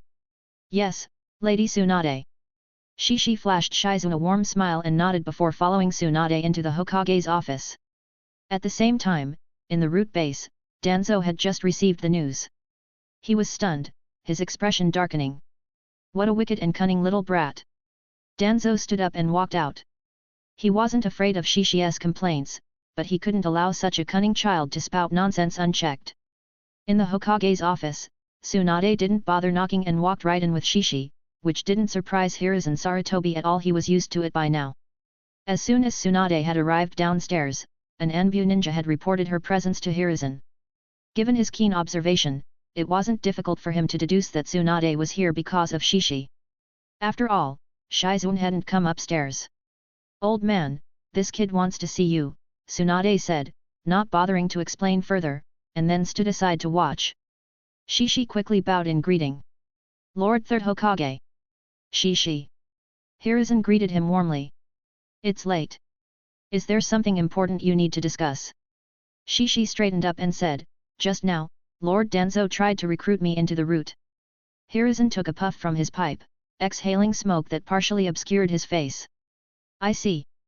As the head of the route, Danzo does have the authority to recruit, but he still needs my approval." Shishi quickly continued, "Lord Third Hokage, that's exactly what I told Lord Danzo. If you issue an order, as a student of the Ninja Academy, I should naturally follow the command of the Hokage and the principal of the academy. Hiruzen smiled lightly. That's true. Shishi's tone suddenly turned indignant. But, Lord Third Hokage, Lord Danzo threatened me. He blatantly violated Konoha's will of fire by using the orphanage and director Non-Yakushi to intimidate me. Tsunade, listening from the side, was stunned. He hadn't mentioned the will of fire earlier when talking to her. This kid really knows how to tailor his words to his audience. Tsunade couldn't help but grit her teeth in secret. Meanwhile, Hiruzen took another 2 puffs from his pipe. He knew Danzo well enough to realize that these were indeed tactics Danzo would use. However, before he could respond, Shishi, even more agitated, continued as if his words were burning on his tongue. Lord Third Hokage, you taught us at the academy that as Konoha's ninjas, the inheritors of the will of fire, we must have the determination to protect our comrades and the village. But isn't the orphanage part of Konoha? Isn't Director Non-Yakushi part of Konoha? As the Hokage's advisor, Lord Danzo threatened me using my comrades. This is a betrayal of the will of fire, a shameful betrayal of you, Lord Third Hokage. As the Hokage's advisor, Lord Danzo even tried to overstep your authority by taking me away and making me betray you, Lord Third Hokage. Tsunade was left speechless. She had underestimated this kid. As for Hiruzen, he was caught between anger at Danzo's actions and surprise and pride in Shishi's words. For a moment, he was overwhelmed with mixed emotions and didn't know how to console Shishi. The hidden Anbu members were also stunned, feeling a chill run down their spines. This kid is too persuasive. They even started to get the impression that Hokage's advisor Danzo might actually be planning to betray Konoha. However, as Danzo, who had just reached the door, overheard these words, he was furious and immediately barged in. You wicked and cunning little brat! End of chapter. Chapter 13, Iconic Moment. You wicked and cunning little brat! Danzo's voice rang out, and Shishi Hashida reacted like a startled rabbit, instantly jumping and hiding behind Hiruzen Sarutobi. Hiruzen's eyes lit up. Impressive speed, but more importantly, quick reflexes. Is he as talented as Minato? Hiruzen wondered to himself. Danzo, his face dark with anger, glared at Shishi. Hiruzen, this Shishi is trying to drive a wedge between us. I suspect he's been influenced by forces outside the village. Shishi quickly spoke up, Lord Danzo, can you honestly say you didn't threaten me? You've had your root ninjas watching me for a long time, haven't you? You chose this moment to recruit me because the academy is about to start, and you feared that I'd make a name for myself and catch the Third Hokage's attention. So, you tried to bring me into the root before Lord Third could learn more about me. As the Hokage's advisor and subordinate, Lord Danzo, your actions are an attempt to deceive and hide things from the Third Hokage. That's betrayal. Threatening me with the village's comrades is a betrayal of Lord Third Hokage's will of fire. Danzo responded coldly, everything I do is for the good of the village. A little sacrifice is necessary. Shishi immediately retorted, then why isn't the sacrifice you? Why must it be me, a student who hasn't even graduated from the academy yet? Why must it be the poor orphans in the orphanage or the kind and gentle director Non-Yakushi? As the Hokage's advisor, who inherited the will of fire from the second Hokage, isn't it your duty to stand at the forefront, protecting the younger generation, and safeguarding Konoha's tender sprouts? Danzo's face twisted in anger as Shishi's words struck a nerve, reminding him of the time he lost to Hiruzen and failed to become Hokage. Shishi's words had hit Danzo where it hurt the most, leaving him speechless and causing a surge of murderous intent to explode from him. Tsunade, watching from the side, was thoroughly enjoying the show. Shishi's words were incredibly satisfying and echoed her own thoughts. But when Hiruzen saw the murderous intent radiating from Danzo, his expression darkened, and he called out sternly, Danzo. Danzo snapped out of it immediately, reining in his killing intent. Hiruzen then turned to Shishi with a gentle expression. Shishi, don't worry, I'll handle this matter. He then spoke to Tsunade, Tsunade, take Shishi and leave for now.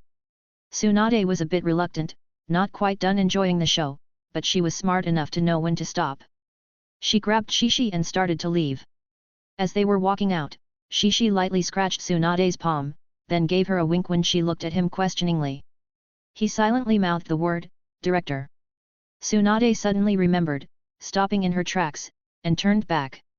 Oh, right, old man, that Non-Yakushi is an excellent medical ninja. It's a waste to use her as a spy. Besides, I might leave Konoha soon. Her voice grew somber towards the end. Hiruzen sighed and nodded. I'll transfer non-Yakushi to Konoha Hospital. Tsunade nodded in satisfaction and walked out with Shishi. After they left, Danzo immediately spoke up, Hiruzen, non-Yakushi has excellent intelligence-gathering abilities. Hiruzen cut him off in a stern voice, I've already promised Tsunade. That's final. Danzo had no choice but to relent, but he quickly added, that Shishi Hashida has an astonishingly mature mind. If we don't control and train him properly, he could become a threat to Konoha in the future. Hiruzen, the root is the best place for him. If you entrust him to me, I can turn him into a blade no less sharp than the white fang of Konoha. Hiruzen took a drag from his pipe and said, Shishi is better suited for the Anbu. To Hiruzen, Shishi's understanding of the will of fire was more important than his talent. Moreover, what Konoha needs isn't just a killing machine. It needs someone with the will of fire, someone who can inherit the precious legacy of the predecessors and protect the village. If he weren't so old, he would have wanted to personally teach Shishi Hashida. Tsunade might be able to do it. Maybe this could even keep her in Konoha. Hiruzen Sarutobi pondered to himself while saying aloud, Danzo, submit a report on Shishi's profile tomorrow. Danzo was reluctant. Hiruzen, Shishi Hashida needs to be controlled. His thoughts are too dangerous. Precisely because of that, he needs proper guidance. Hiruzen remained firm. Danzo, I am the Hokage. You'll regret this, Hiruzen. Danzo stormed out, leaving the office in silence. Hiruzen puffed on his pipe, his mind replaying Shishi's earlier words. Not a single word was wrong. And how could he not be aware of Danzo's ambitions? After a long pause, Hiruzen suddenly gave an order, Shinichuk, go inform Orochimaru to see me tomorrow. Yes, Lord Hokage. At a small eatery. Shishi, Tsunade, and Shizuan were having a late-night snack together. After watching such a good show, Tsunade's appetite was huge, and she was devouring her food with gusto. Shizuan, however, was a bit worried. Lady Tsunade, Shishi has completely offended Lord Danzo. Won't that be a problem in the future? Tsunade glanced at Shishi. That depends on his own abilities. Shishi smiled confidently, don't worry, Shizuan, I'm a genius. Tsunade scoffed, a dead genius is no genius at all. Her mood suddenly darkened. Her brother Nawaka had been a genius too. How many geniuses has Konoha lost? Gulping down a cup of sake, Tsunade said, Kid, if you're a prideful and complacent ninja, it's easy to end up dead. On the battlefield, even a Jainin must be extremely cautious. Shishi accepted her advice humbly, thank you for the warning, Lady Tsunade. I'll be careful. After finishing their meal, Shishi returned home alone, sitting on his sofa to rest. Danzo's threat had been dealt with at least for now. Yes, only temporarily. As long as Danzo lives, the problem isn't truly resolved. If Danzo doesn't come for him, he'll eventually take Danzo out himself. Looks like I really need to change my plans. Shishi mused to himself. Initially, he hadn't planned to graduate from the Ninja Academy early. But the results of his summer operation made him consider early graduation. Now, he's decided to graduate early. The Ninja Academy isn't enough to support the growth of his tag tree. He shifted his focus to the tag tree. Several tags on the tree remained unactivated. Fire Release Expert, Clone Expert, Substitution Expert, Taijutsu Expert, Ninja Tool Expert, Medical Expert, Sealing Expert. These specialist tags were all tempting, but activating them wouldn't be easy. For example, Tag, Clone Expert. Condition to obtain, master at least 5 different clone techniques. Effect, increases mental strength by 100%, allows effortless use of clone techniques without hand signs. Chapter 14, A Small Shock. Looking at the list of expert-level tags, Shishi Hashida's gaze settled on the Fire Release Expert tag. Among the various tags, this one seemed to be the easiest for him to activate at the moment. The Fire Release Expert tag required him to master at least 5 C-rank Fire Release Jutsu, and he had already mastered 2. Additionally, he had one more C-rank Jutsu, the Dragon Fire technique, that he hadn't yet practiced. So, he only needed 2 more C-rank Fire Release Jutsu. Perhaps Tsunade could help him with that? Having set his target, fatigue began to take over. Shishi immediately turned off the lights and went to bed to rest. The next day, at 9 a.m., Shishi arrived at the Tenka's shop right on time and began working on creating explosive tags in the workshop. Meanwhile, in the Hokage's office, Hiruzen Sarutobi had just received Shishi Hashida's detailed file from the Root Division.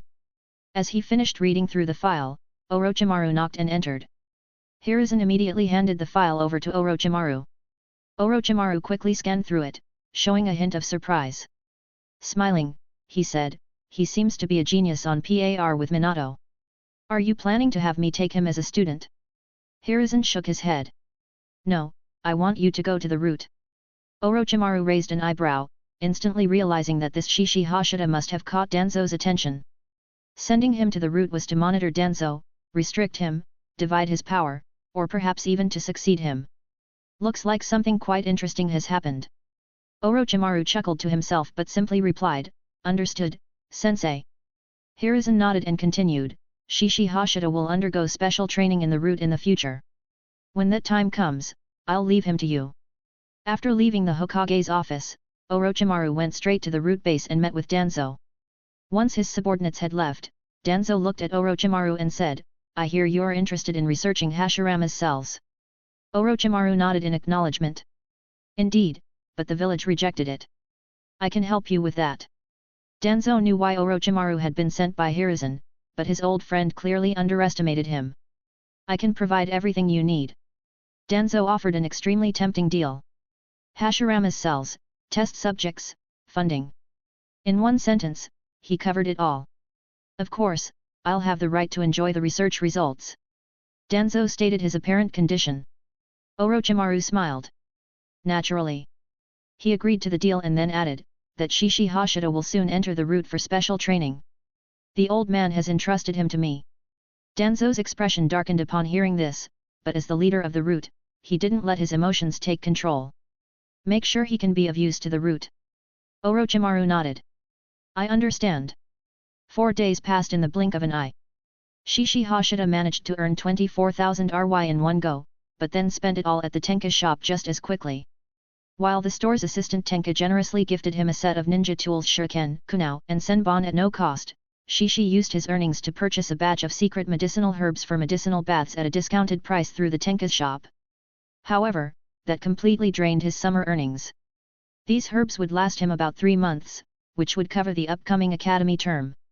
But Shishi didn't feel the slightest bit of regret.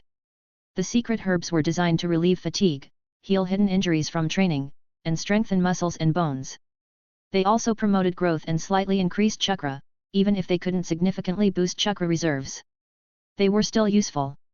One of the reasons why shinobi from ninja clans were generally stronger than those from civilian backgrounds was not just their systematic training but also their superior nutrition and access to various secret herbs.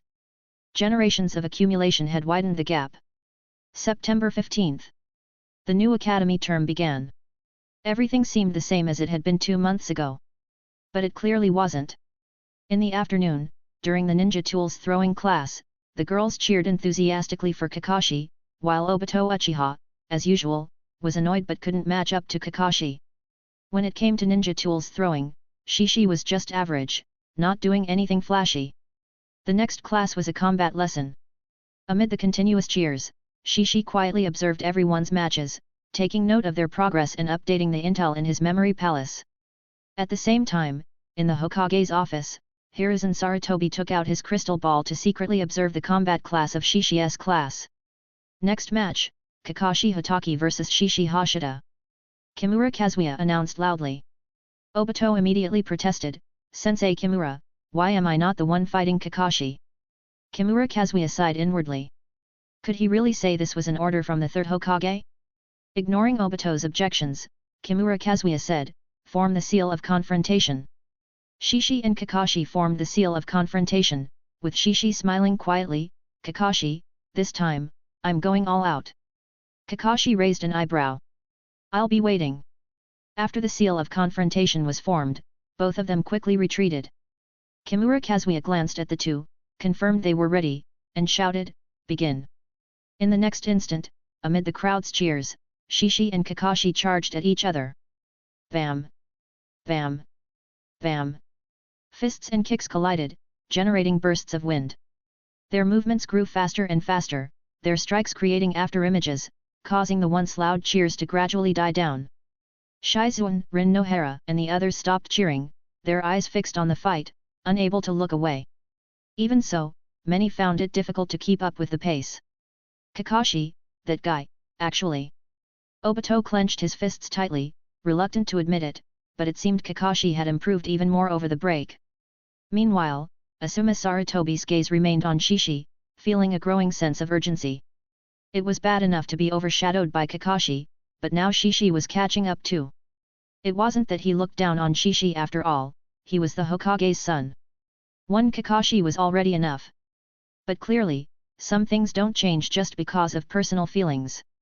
Shishi had made significant progress over the summer, but so had Kakashi, who had also trained hard. In pure Taijutsu combat, even with his exceptional reflexes, Shishi inevitably fell behind. Not just in skill, but in strength too. Bam! Shishi was kicked away by Kakashi, but as he flew back, he pulled two shuriken from his pouch and hurled them. Kakashi anticipated this, pulling out a kunao and effortlessly deflecting the shuriken with two clangs, before decisively throwing the kunao back at Shishi. He saw that Shishi was forming hand signs, preparing to use a fire release jutsu. So after throwing the kunao, Kakashi also formed hand signs and crouched down. He was confident that Shishi would easily dodge the kunao and continue his jutsu. Shishi did indeed dodge Kakashi's kunao with ease and immediately changed his hand signs. Earth release, earth-style wall.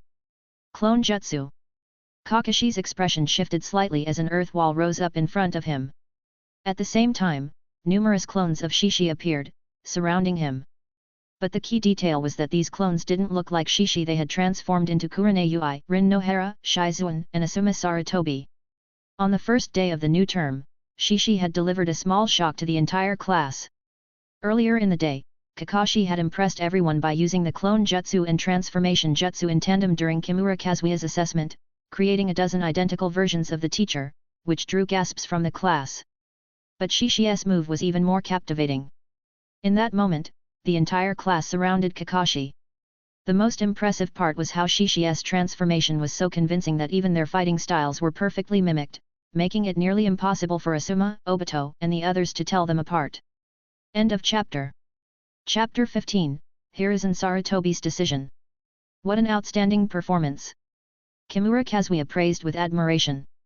There was no doubt that Kakashi had wasted a jutsu, needlessly expending some of his stamina.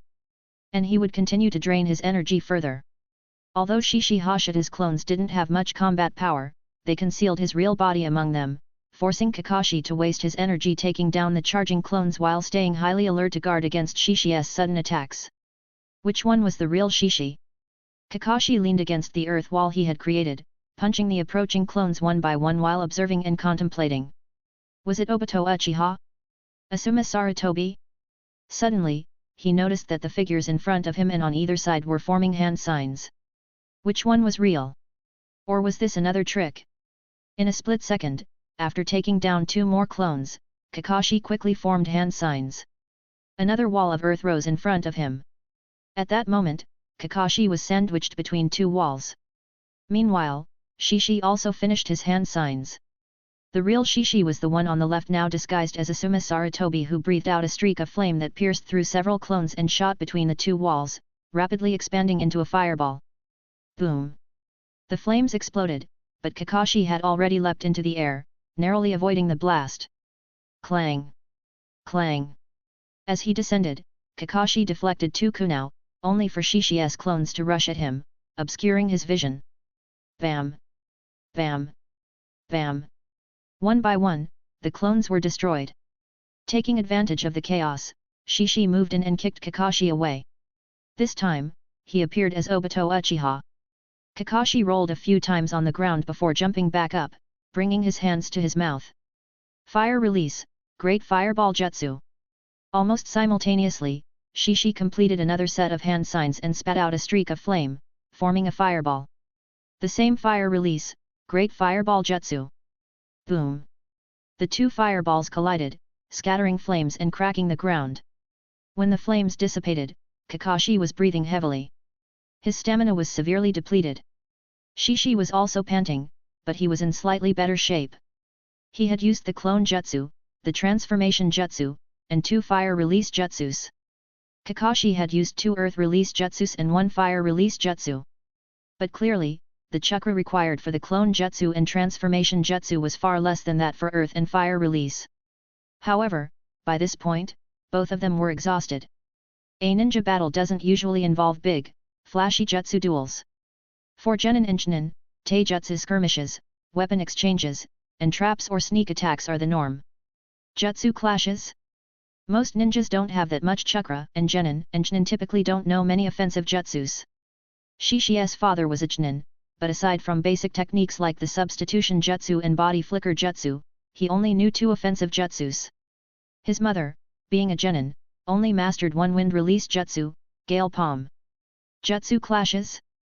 That's just not a thing.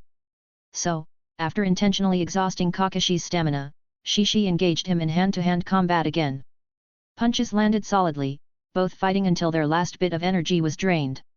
There was no doubt that Kakashi held the upper hand in terms of skill, strength, and sheer speed. But Shishi had the advantage in stamina and dynamic vision. In the end, neither could overpower the other, and they were both too exhausted to continue. A brilliant match. Kimura Kazuya couldn't help but praise them, finally understanding why the third Hokage wanted these two to face off. If it had been anyone else, they might not have pushed each other to their limits. Especially Shishi, his abilities were nowhere near this level last term. Meanwhile, Obito Uchiha and the other classmates were stunned. Shishi had always been impressive in theory, scoring perfect marks on every exam. But in practical combat, he was only considered upper middle tier. Yet now, he had left the top-ranked Kakashi in a rather sorry state, and their match ended in a draw. This was even more shocking than the visual impact Shishi had created earlier with his combination of the clone and transformation jutsus. In the Hokage's office, Hiruzen Sarutobi had finished his observation. There was no doubt that the fight between Shishi Hashida and Kakashi displayed a level of skill typically seen in Chunin, a feat that even many Chunin couldn't match. Sarutobi had long known about Kakashi's excellence, but this time, he focused more on Shishi Hashida. Undoubtedly, the information from Danzo was accurate without any exaggeration. Adding to that were Shishi's mature thinking, his self-discipline surpassing that of an adult, and most importantly, his understanding and maintenance of the will of fire. There was no doubt that Shishi was a civilian genius worthy of significant investment. 10 years from now, he might be another Minato. Sarutobi smiled broadly, harboring great expectations for Shishi. This also solidified his decision to train Shishi. But how should he train him? Orochimaru was the first to be ruled out. Sarutobi had felt that his disciple, Konoha's strongest shinobi at the time, Orochimaru had undergone significant changes after the Second Ninja War. Not only him, but Tsunade had also been nearly destroyed after the deaths of her brother and lover. Thinking about this, Sarutobi's mood grew somber. Jiraiya? Sarutobi shook his head quietly. He was originally an excellent candidate. Jiraiya was his disciple, outstanding in strength, and skilled at teaching. Unfortunately, Jiraiya was often driven by what he called fate, spending most of his time traveling the world. Even Minato had been nearly left to fend for himself, though he still turned out excellent. Shishi has a greater advantage than Minato did initially. With his level of self-discipline, he just needs a mentor to guide him forward. Especially in terms of ideology. Sarutobi's decision was gradually taking shape. September of the 38th year of Konoha passed in a flash. Shishi had also mastered the third fire release technique, Dragon Fire Jutsu, and was only 2 C-rank fire release techniques away from completing the requirement for the Fire Release Expert tag. This day happened to be a weekend. After a 5-day interval, Shishi went to the Tenka's shop with the prepared explosive tags. Since the start of school, he had only visited the Tenka's shop on weekends, spending the weekdays making explosive tags at home using the materials he brought back. 2 tags a day for 5 days amounted to 10 tags, totaling 2,000 ryo. After receiving the payment, Shishi looked at Tenka and asked with a smile, "Sis Tenka, you must know fire release techniques, right?" Tenka smiled and asked, "Oh? Shishi, do you want to learn fire release techniques?" Shishi nodded eagerly, looking at Tenka with anticipation. In the ninja school, he was a talented student, mature and gentle. In the eyes of Sarutobi and Tsunade, he was still a talented student, but with a mindset comparable to an adult. In Tenka's eyes, however, he was just a pitiful, hard-working, 5-year-old orphan. Seeing Shishi's expression, Tenka smiled and said, "Since you've been working so hard on making these explosive tags, I'll teach you a fire release technique." She then led Shishi to the back of the shop, where there was a small testing area suitable for trying out jutsu. "Now, pay close attention. This fire release technique is called Phoenix Flower Jutsu. It creates multiple fireballs to attack the enemy. You've already learned the fireball jutsu, so Phoenix Flower Fire Jutsu should be manageable. It requires more control over your chakra to direct the fireballs. Additionally, this technique can be used in conjunction with Kunao to increase its power and control the attack's trajectory, making it harder for the enemy to evade." As she explained, Tenka, dressed in a kipao, slowly performed the hand signs. Shishi, ignoring Tenka's impressive figure, focused on her hands, committing the sequence of hand signs to memory. Rat, tiger, dog, ox, rabbit, tiger. Tenka completed the hand signs and with a mouthful of air, released 3 fireballs in a triangular formation. Boom! The 3 fireballs hit the ground 3 meters away, creating 3 scorched craters. End of chapter. Chapter 16, The Ninja World's Grenade. Did you get a good look? After finishing the jutsu, Tenka turned to Shishi. Shishi nodded, "I've memorized it." Tenka smiled, "Then give it a try. With your talent, it should be no problem." Without saying a word, Shishi immediately raised his hands to perform the hand signs. Rat, tiger, dog, ox, rabbit, tiger. Shishi took 2 seconds to complete the 6 signs, then exhaled, releasing 3 fireballs that flew out haphazardly, crashing into the ground and leaving 3 craters. "Well done, Shishi." Tenka praised with a smile. Shishi immediately asked with a grin, "Do you have any other fire release techniques, sister?" Hearing this, Tenka bent down and gave Shishi a playful tap on the forehead, then put her hands on her hips.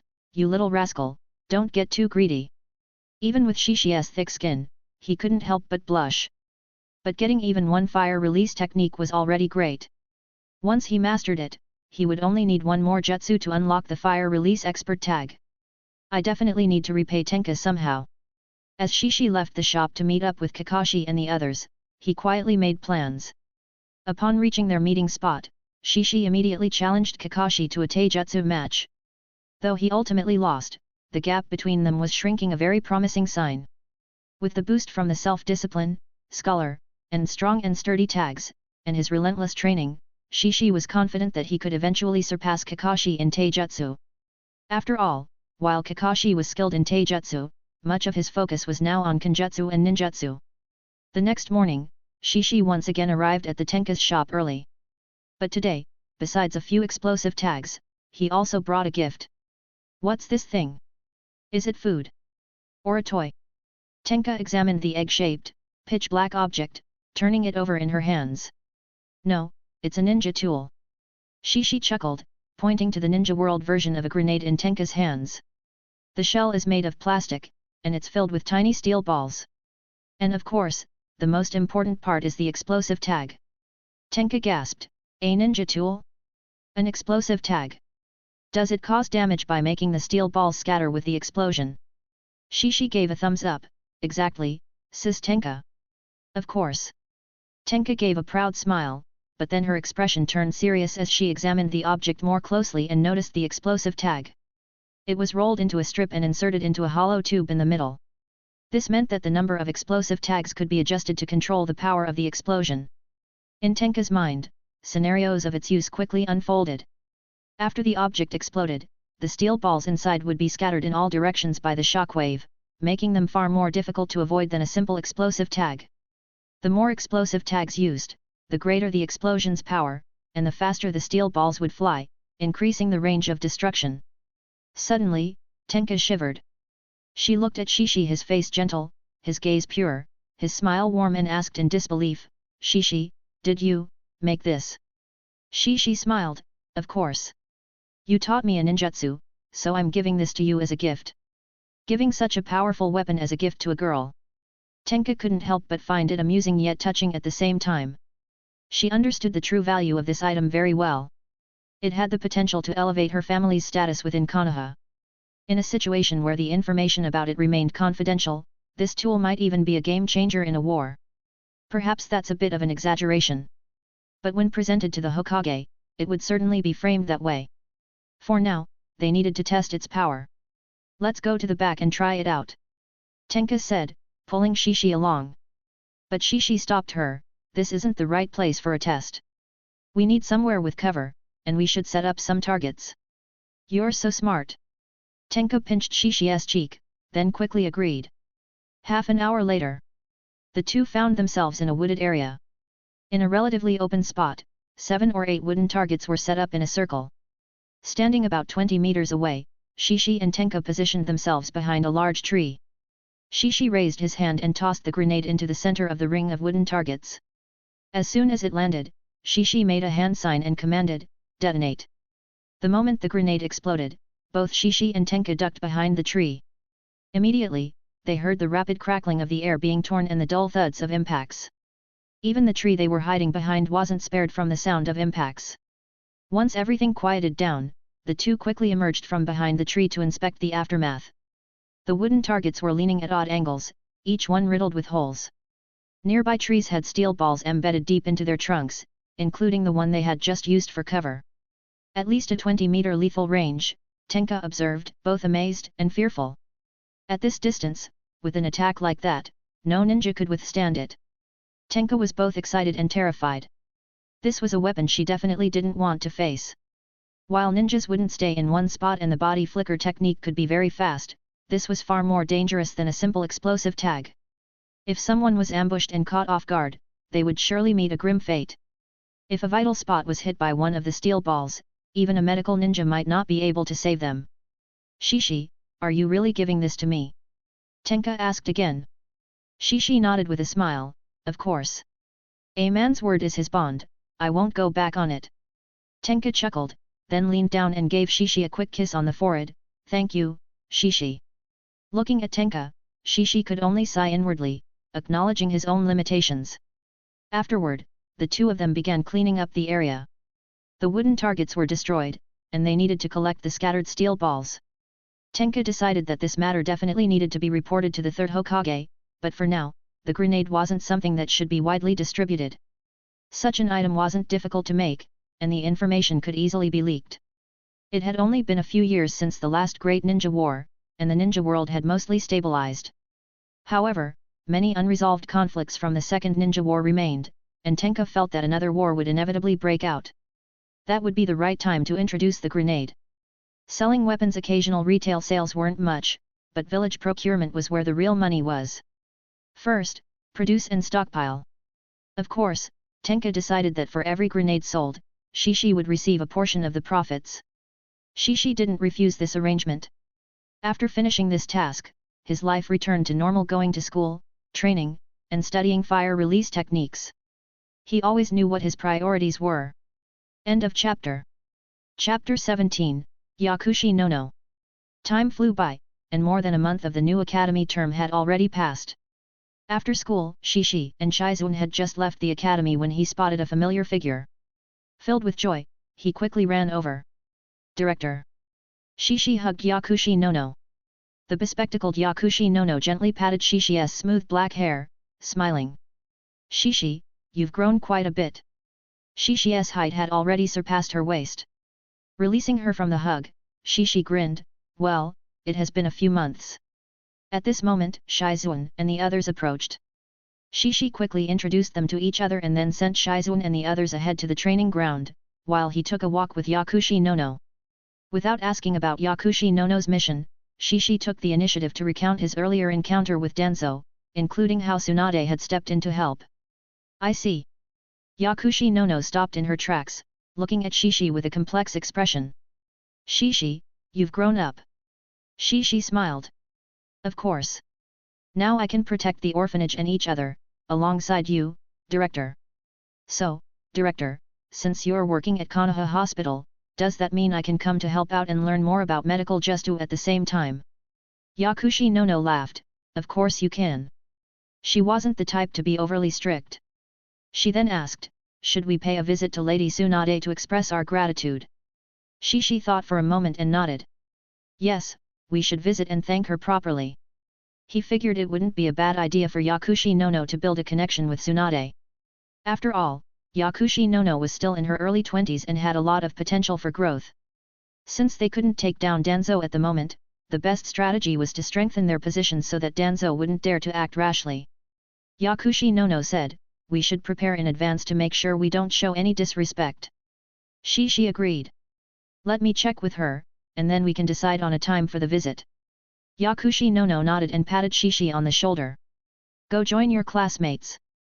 After parting with Yakushi Nono, Shishi rejoined Shizuan and the others. Once they finished their afternoon training, Shishi asked Shizuan to pass on the message about their upcoming visit to thank Tsunade. Shizuan replied, "Shishi, isn't this a bit too much trouble? You don't need to be so formal." Shishi shook his head.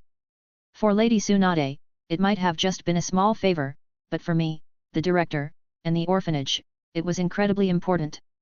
Understanding this, Shizuan nodded. "I see. I'll make sure to tell Lady Tsunade." That evening, Shishi set aside an hour to prepare a gift for Tsunade. The next day, when he arrived at school, Shizuan brought the news. The visit was scheduled for that very evening.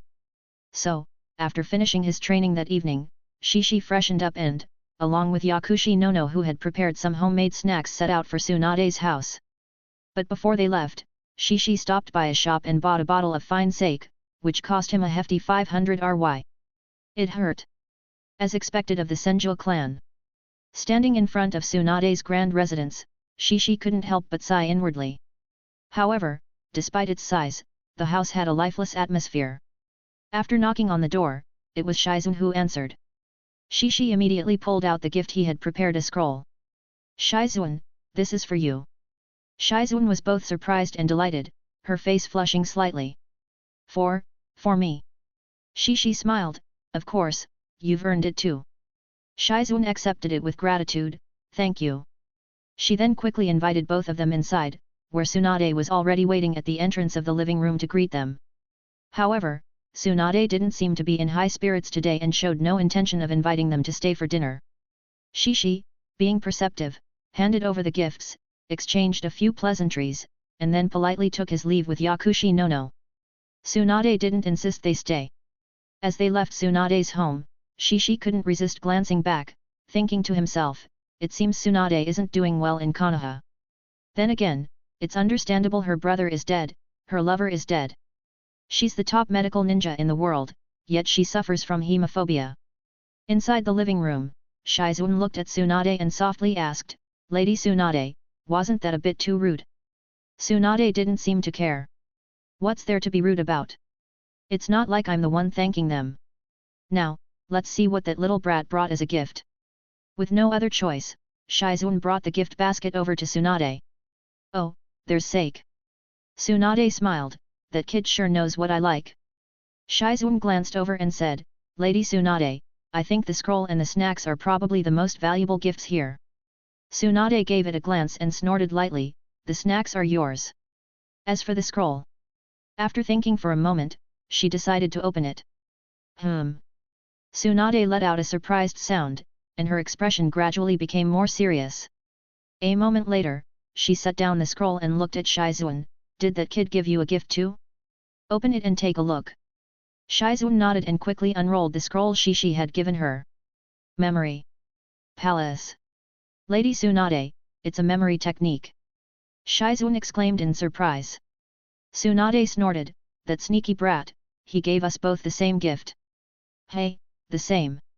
Shizuan was taken aback and leaned over to look at Tsunade's scroll. Indeed, it was the same. But instead of feeling disappointed, she felt a bit pleased, and then she defended Shishi, "Lady Tsunade, it hasn't been easy for Shishi either. This technique is probably something his parents left for him." Tsunade, however, shook her head, "You're underestimating him. This technique was likely created by him. I've seen the data from the old man's files, the assessment from the root. That kid has an astonishing memory." Shizuan was both surprised and impressed, "That's incredible." Tsunade rolled her eyes, but then said seriously, "Shizuan, this technique is really valuable, especially for a medical ninja. You need to study it carefully. If you have any questions, don't hesitate to ask that kid." At home, Shishi's thoughts were also on Tsunade. She must have realized I gave them both the same gift by now, right? "Well, I couldn't help it. Besides this, I don't really have anything else impressive to give. Of course, he had also made a copy of the Memory Palace technique for Yakushi no. In the days that followed, Shishi's routine changed. Instead of spending his weekends at Tenka's shop, he began going to Konoha Hospital to study medical knowledge under Yakushi no's guidance, fully absorbing and understanding the information he had crammed into his mind before. And so, autumn passed and winter arrived. Before he knew it, it was already December, and the winter break and New Year's holiday were just around the corner.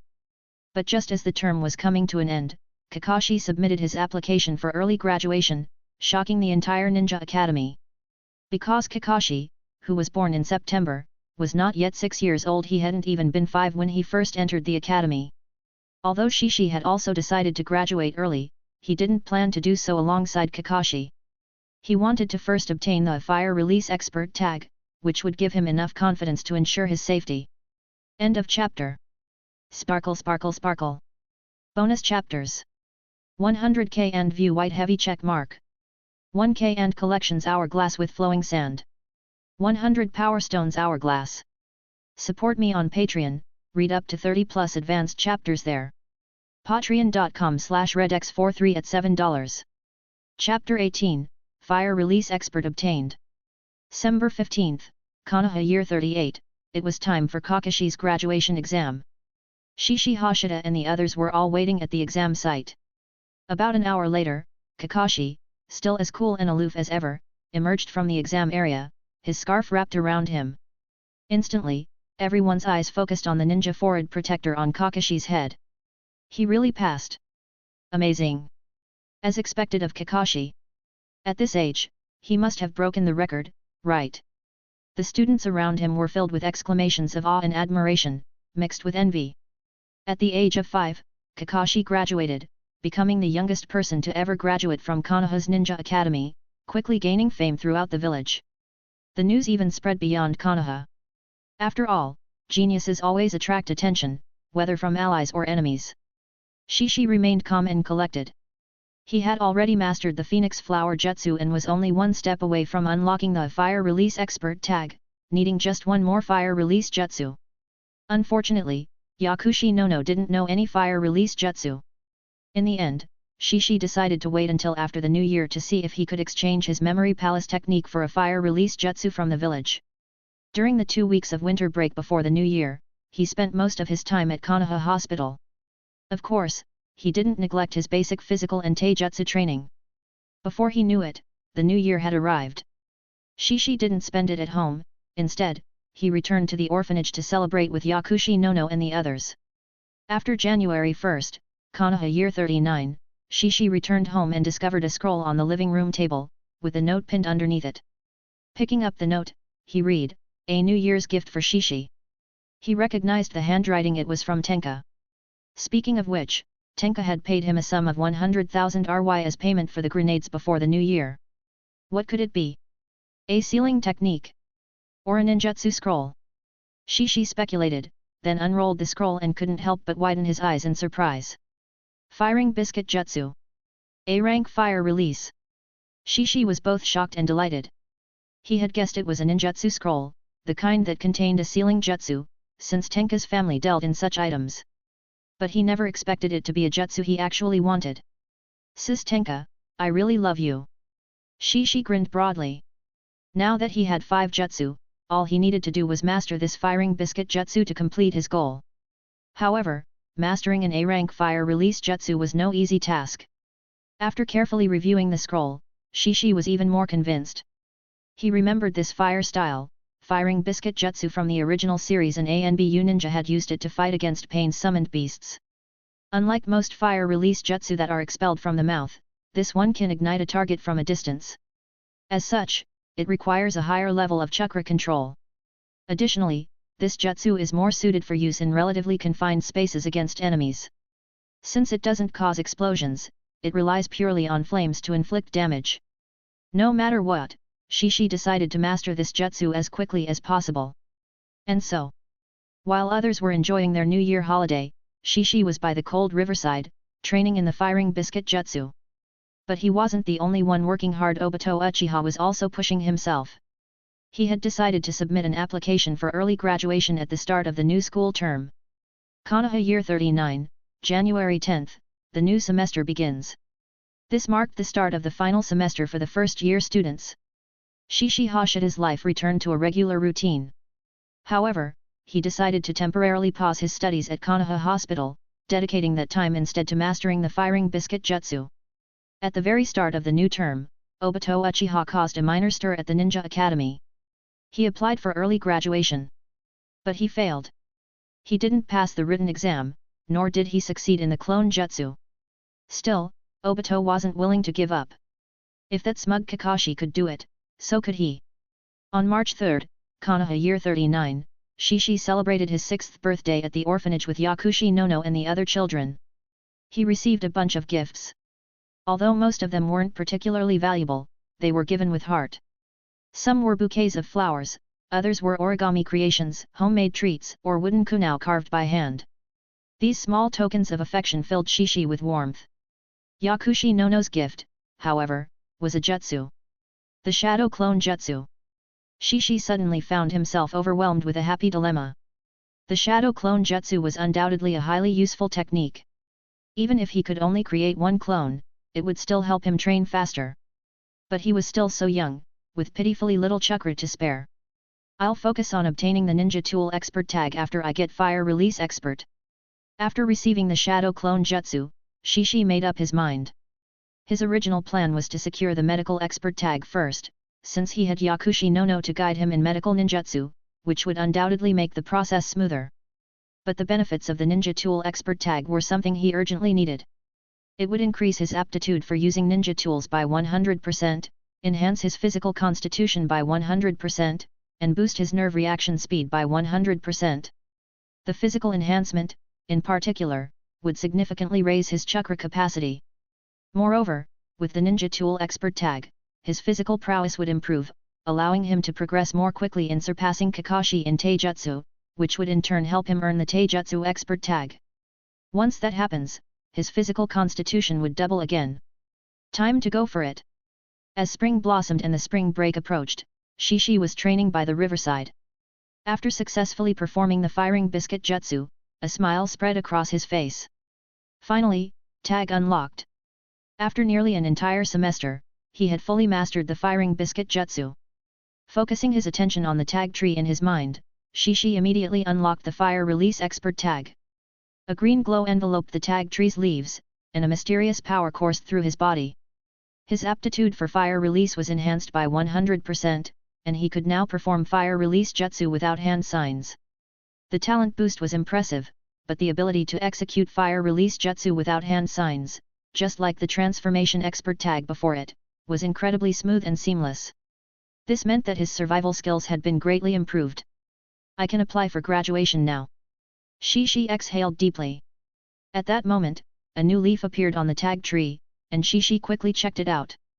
Tag, Ninjutsu Expert. Condition to obtain, master at least 30 jutsu. Effect, any ninjutsu can be performed with just 2 hand signs, ninjutsu aptitude increased by 100%. Shishi shook his head as he read. 30 jutsu is too many. For now, it's better to focus on acquiring various expert tags for different jutsu types. Once I've got those, this tag will fall into place.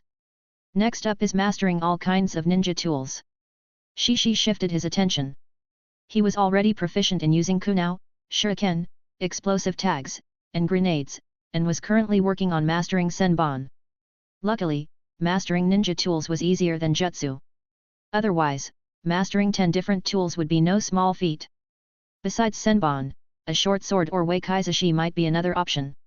I wonder if short and long swords count as 2 different ninja tools. Nunchaku? Staff. End of chapter. T/N, the author did number on me really. Dude wrote A rank just of firing biscuit jutsu as B rank and Chinese names never adds up. I have to rewatch Pain Attack Leaf Village arc in order to just understand what Justu did that cat masked A and BU used. Anyway, I fixed it so enjoy. Chapter 19, Totsuka. Konoha Year 39, March 15th. Shishi Hashida officially submitted his application for early graduation from the academy. Although he didn't graduate at the age of 5 like Kakashi, it still garnered significant attention. For Kimura Kazuya and Hiruzen Sarutobi, however, this was entirely expected, so they approved his application that very day. The next day, under the watchful eyes of Shizune and others, Shishi entered the exam hall prepared solely for him. The written exam? Finished in 10 minutes. The assessment of the 3 basic jutsu? Shishi passed without any issues. No extra tests, no surprises, and Hiruzen Sarutobi didn't make an appearance. Everything was calm and straightforward. Congratulations, Shishi. From today onwards, you are a true ninja. After the exam, Kimura Kazuya handed Shishi a ninja forehead protector with a smile. Shishi accepted it with a deep bow, saying, "Thank you. Thank you, Kimura-sensei, for all your guidance." This gratitude was genuine. Kimura Kazuya had not only taught him in class but had also answered numerous questions outside of it. It was thanks to this guidance that Shishi had been able to master the academy's entire curriculum ahead of schedule. Kimura Kazuya accepted this thanks with pride, as he believed Shishi was a true genius he had personally mentored, unlike Hokage Kakashi. The path of a ninja is fraught with danger, Shishi. I hope you can continue to walk it with perseverance. Kimura Kazuya offered his best wishes. Shishi nodded seriously. Kimura-sensei, I will. Kimura Kazuya patted Shishi's shoulder with a smile, "Go on, let your classmates congratulate you. But remember to report to the Hokage's office tomorrow to meet your squad leader." Shishi bowed once more before turning to leave the exam hall. Shizune immediately hurried over. "Shishi, congratulations. Soon, Might Guy, Rin Nohara, Kurane Yi, Asuma Sarutobi, and others gathered around to offer their congratulations as well. At that moment, Shishi became the center of attention. Standing at the edge of the group, Obito Uchiha clenched his fists tightly. Even Shishi has graduated. Obito, you're an Uchiha, you have to work hard and catch up to that smug Kakashi. Returning home from the academy, Shishi found himself feeling slightly out of place. From today onwards, he no longer had to attend school. This meant it was time to adjust his previous plans. Additionally, who will be my squad leader? Shishi wondered with anticipation. From Tsunade, he had learned that not every newly graduated genin was assigned a genin squad leader. Each year, many new shinobi graduated from the academy, but the number of genin in Konoha was limited, and not all could serve as squad leaders. Only the most talented graduates would receive guidance from a genin squad leader. For the majority, however, a chunin squad leader was the norm. In any ninja village, chunin represented the core of the military strength. Genin were the elites of the village, a small and select group capable of handling high-stakes missions on their own. Each genin not only possessed exceptional strength or skills but also had a wealth of mission experience.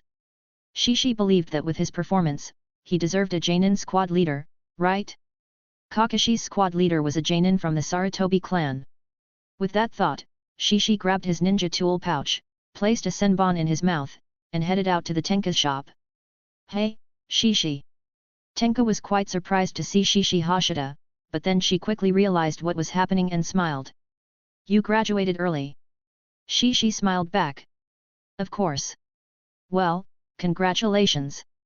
Tenka grinned and immediately turned around to fetch a wooden box, which she handed to Shishi. "Here, this is your graduation gift. Open it and take a look." "This?" Shishi hesitated a bit since Tenka had already gifted him a finely crafted kunao for his birthday not long ago. Seeing his hesitation, Tenka put her hands on her hips and pouted in displeasure. "What, are you going to refuse my gift?" Shishi quickly took the wooden box. "You're not exactly strapped for cash, sis. I wouldn't dare refuse." Tenka's mood brightened at this response. "That's more like it. Now, open it up and see." Shishi nodded and opened the wooden box to reveal a sheathed short sword inside. Tenka smiled and said, "I prepared this especially for you. Give it a name." Shishi could sense the sword was something special. He took it out, set the box aside, and unsheathed the blade. The short sword had a straight blade with a single-edged side, so polished that it gleamed like a mirror. Shishi channeled his chakra into the blade, and it immediately began to vibrate slightly, a faint glow appearing along the edge. The chakra flowed through the blade seamlessly. It was indeed a chakra blade. Chakra blades/swords were not only expensive but also quite rare. Shishi's face lit up with joy. "Thank you, sis. I'll name this sword Tatsuka. Tatsuka. Tenka's smile grew even brighter. As long as you like it, Shishi. The grenades had brought significant profits to her and the family. Although they would give Shishi a portion of the earnings, it was nowhere near enough. She felt she had to compensate her little brother somehow. But as she looked at Shishi, Tenka suddenly felt a pang of melancholy. He's still so young. But then, she quickly perked up and left the room. When she returned, she had a leather belt in her hand. She personally helped Shishi fasten it around his waist and smiled. Now you can wear Tatsuka at your back. And when you have a longer sword in the future, you can carry it on your back too. Shishi tried it out and found it easy to draw the sword without interfering with his ninja tool pouch. With that, he decided to put off buying more ninja tools for now and focus on mastering the use of the senbon and this short sword. After staying at the Tenka's shop for a while, Shishi bid farewell and left. He went alone to his usual training spot to practice with the senbon and Tatsuka. During lunch, he ate a bento and in the afternoon, he took out the scroll for the Shadow Clone Jutsu and began studying it. With his solid foundation in the Clone Jutsu, the Shadow Clone Jutsu wasn't too difficult for Shishi. The real challenge was his chakra capacity. In less than an hour, he had basically mastered the jutsu. However, he could only create one shadow clone, and it was somewhat weak.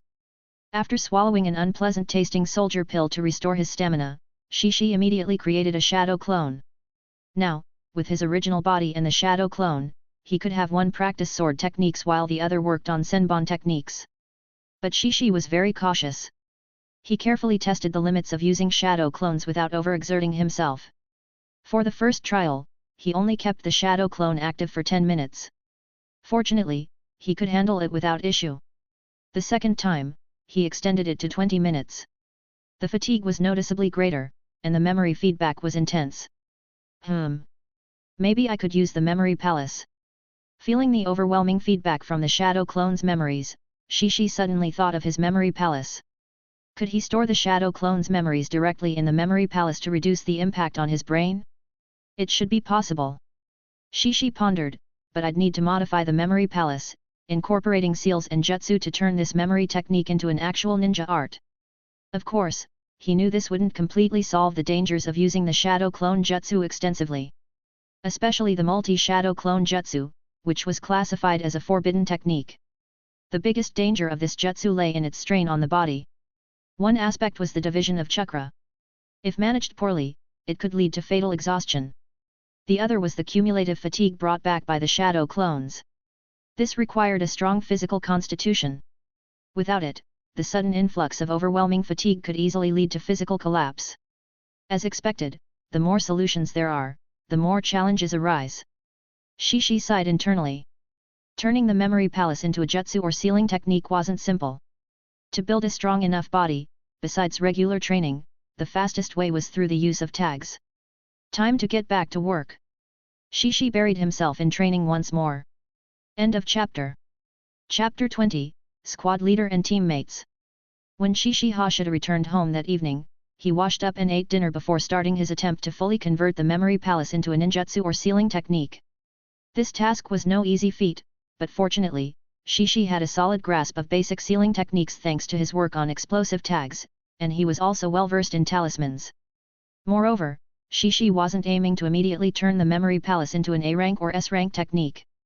His initial goal was simply to store the memories returned by the shadow clone jutsu directly into the memory palace. This application was actually similar to the explosive tags he had been working on. However, since it involved his brain, Shishi proceeded with extreme caution and refrained from any reckless experiments, focusing instead on designing the technique. He decided that once he had made some progress, he would consult Tsunade for guidance. The night passed uneventfully. Konoha Year 39, March 16th. After his morning training and a hearty breakfast, Shishi wrapped medical bandages around his forearms and calves. These bandages, soaked in a special medicinal solution, helped alleviate muscle fatigue and could also be used to stop bleeding. Next, he donned a black combat outfit, followed by a black jacket with white stripes. The jacket bore similar to the Uzumaki clan's swirl pattern on the shoulders, arms, and back. He also equipped himself with iron bracers and arm guards, as well as his ninja tool pouch, with the Tatsuka chakra blade sheathed at his back. Once fully prepared, Shishi left his house, moving swiftly through the village to the front of the Hokage's office, where he waited. It wasn't long before he noticed a somewhat familiar figure approaching. Uchiha Shisui. Shishi blinked. The boy across from him seemed to notice Shishi staring and offered a friendly smile. Shishi smiled back, then decided to approach and introduce himself. Hello, I'm Hashida Shishi. Hello, I'm Uchiha Shisui, Shisui responded warmly. I've heard of you, Shishi-kun. Graduating from the Ninja Academy at 6 years old is quite impressive.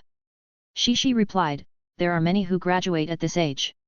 Sometimes, graduating early isn't necessarily a good thing. If he had come from a ninja clan with abundant resources, he wouldn't have chosen to graduate early.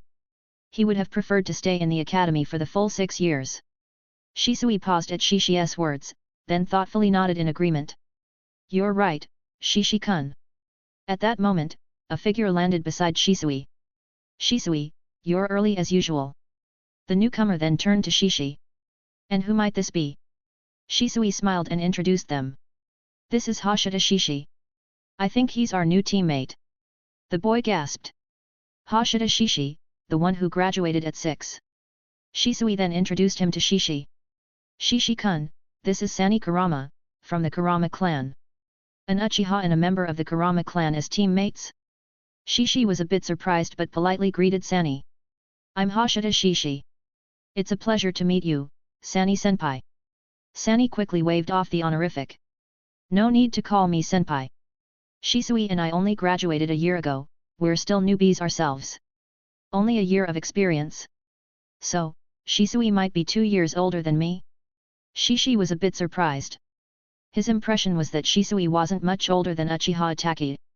But then again, considering Shisui's reputation for his Shunshin no Shisui, body flicker Shisui, it was likely that he earned his fame during the Third Shinobi World War and after the Fourth Hokage's death, especially during the clashes with the Hidden Mist. Even if Shisui was 5 years older than Itachi, he would have been only around 10 years old at that time. A 10-year-old Jainin with a fully matured Sharingan? That's pretty terrifying. Additionally, Uchiha Shisui is a descendant of Uchiha Kagami, who died quite early and was significantly younger than the third Hokage, Hiruzen Sarutobi. Hiruzen Sarutobi's grandson, Konohamaru, is much younger than Naruto and his friends. Therefore, it's most likely that Shisui is the son of Uchiha Kagami. When did Uchiha Kagami die? The most probable time would be during the Second Shinobi World War. So, it makes sense that Shisui is a year or two older than Kakashi and the others. Shishi quickly came to accept the fact that Uchiha Shisui was older than him. The three chatted casually and soon became quite familiar with each other. Clearly, none of them were difficult to get along with. It seems you all get along well. A voice suddenly called out. Shishi and the others quickly looked over.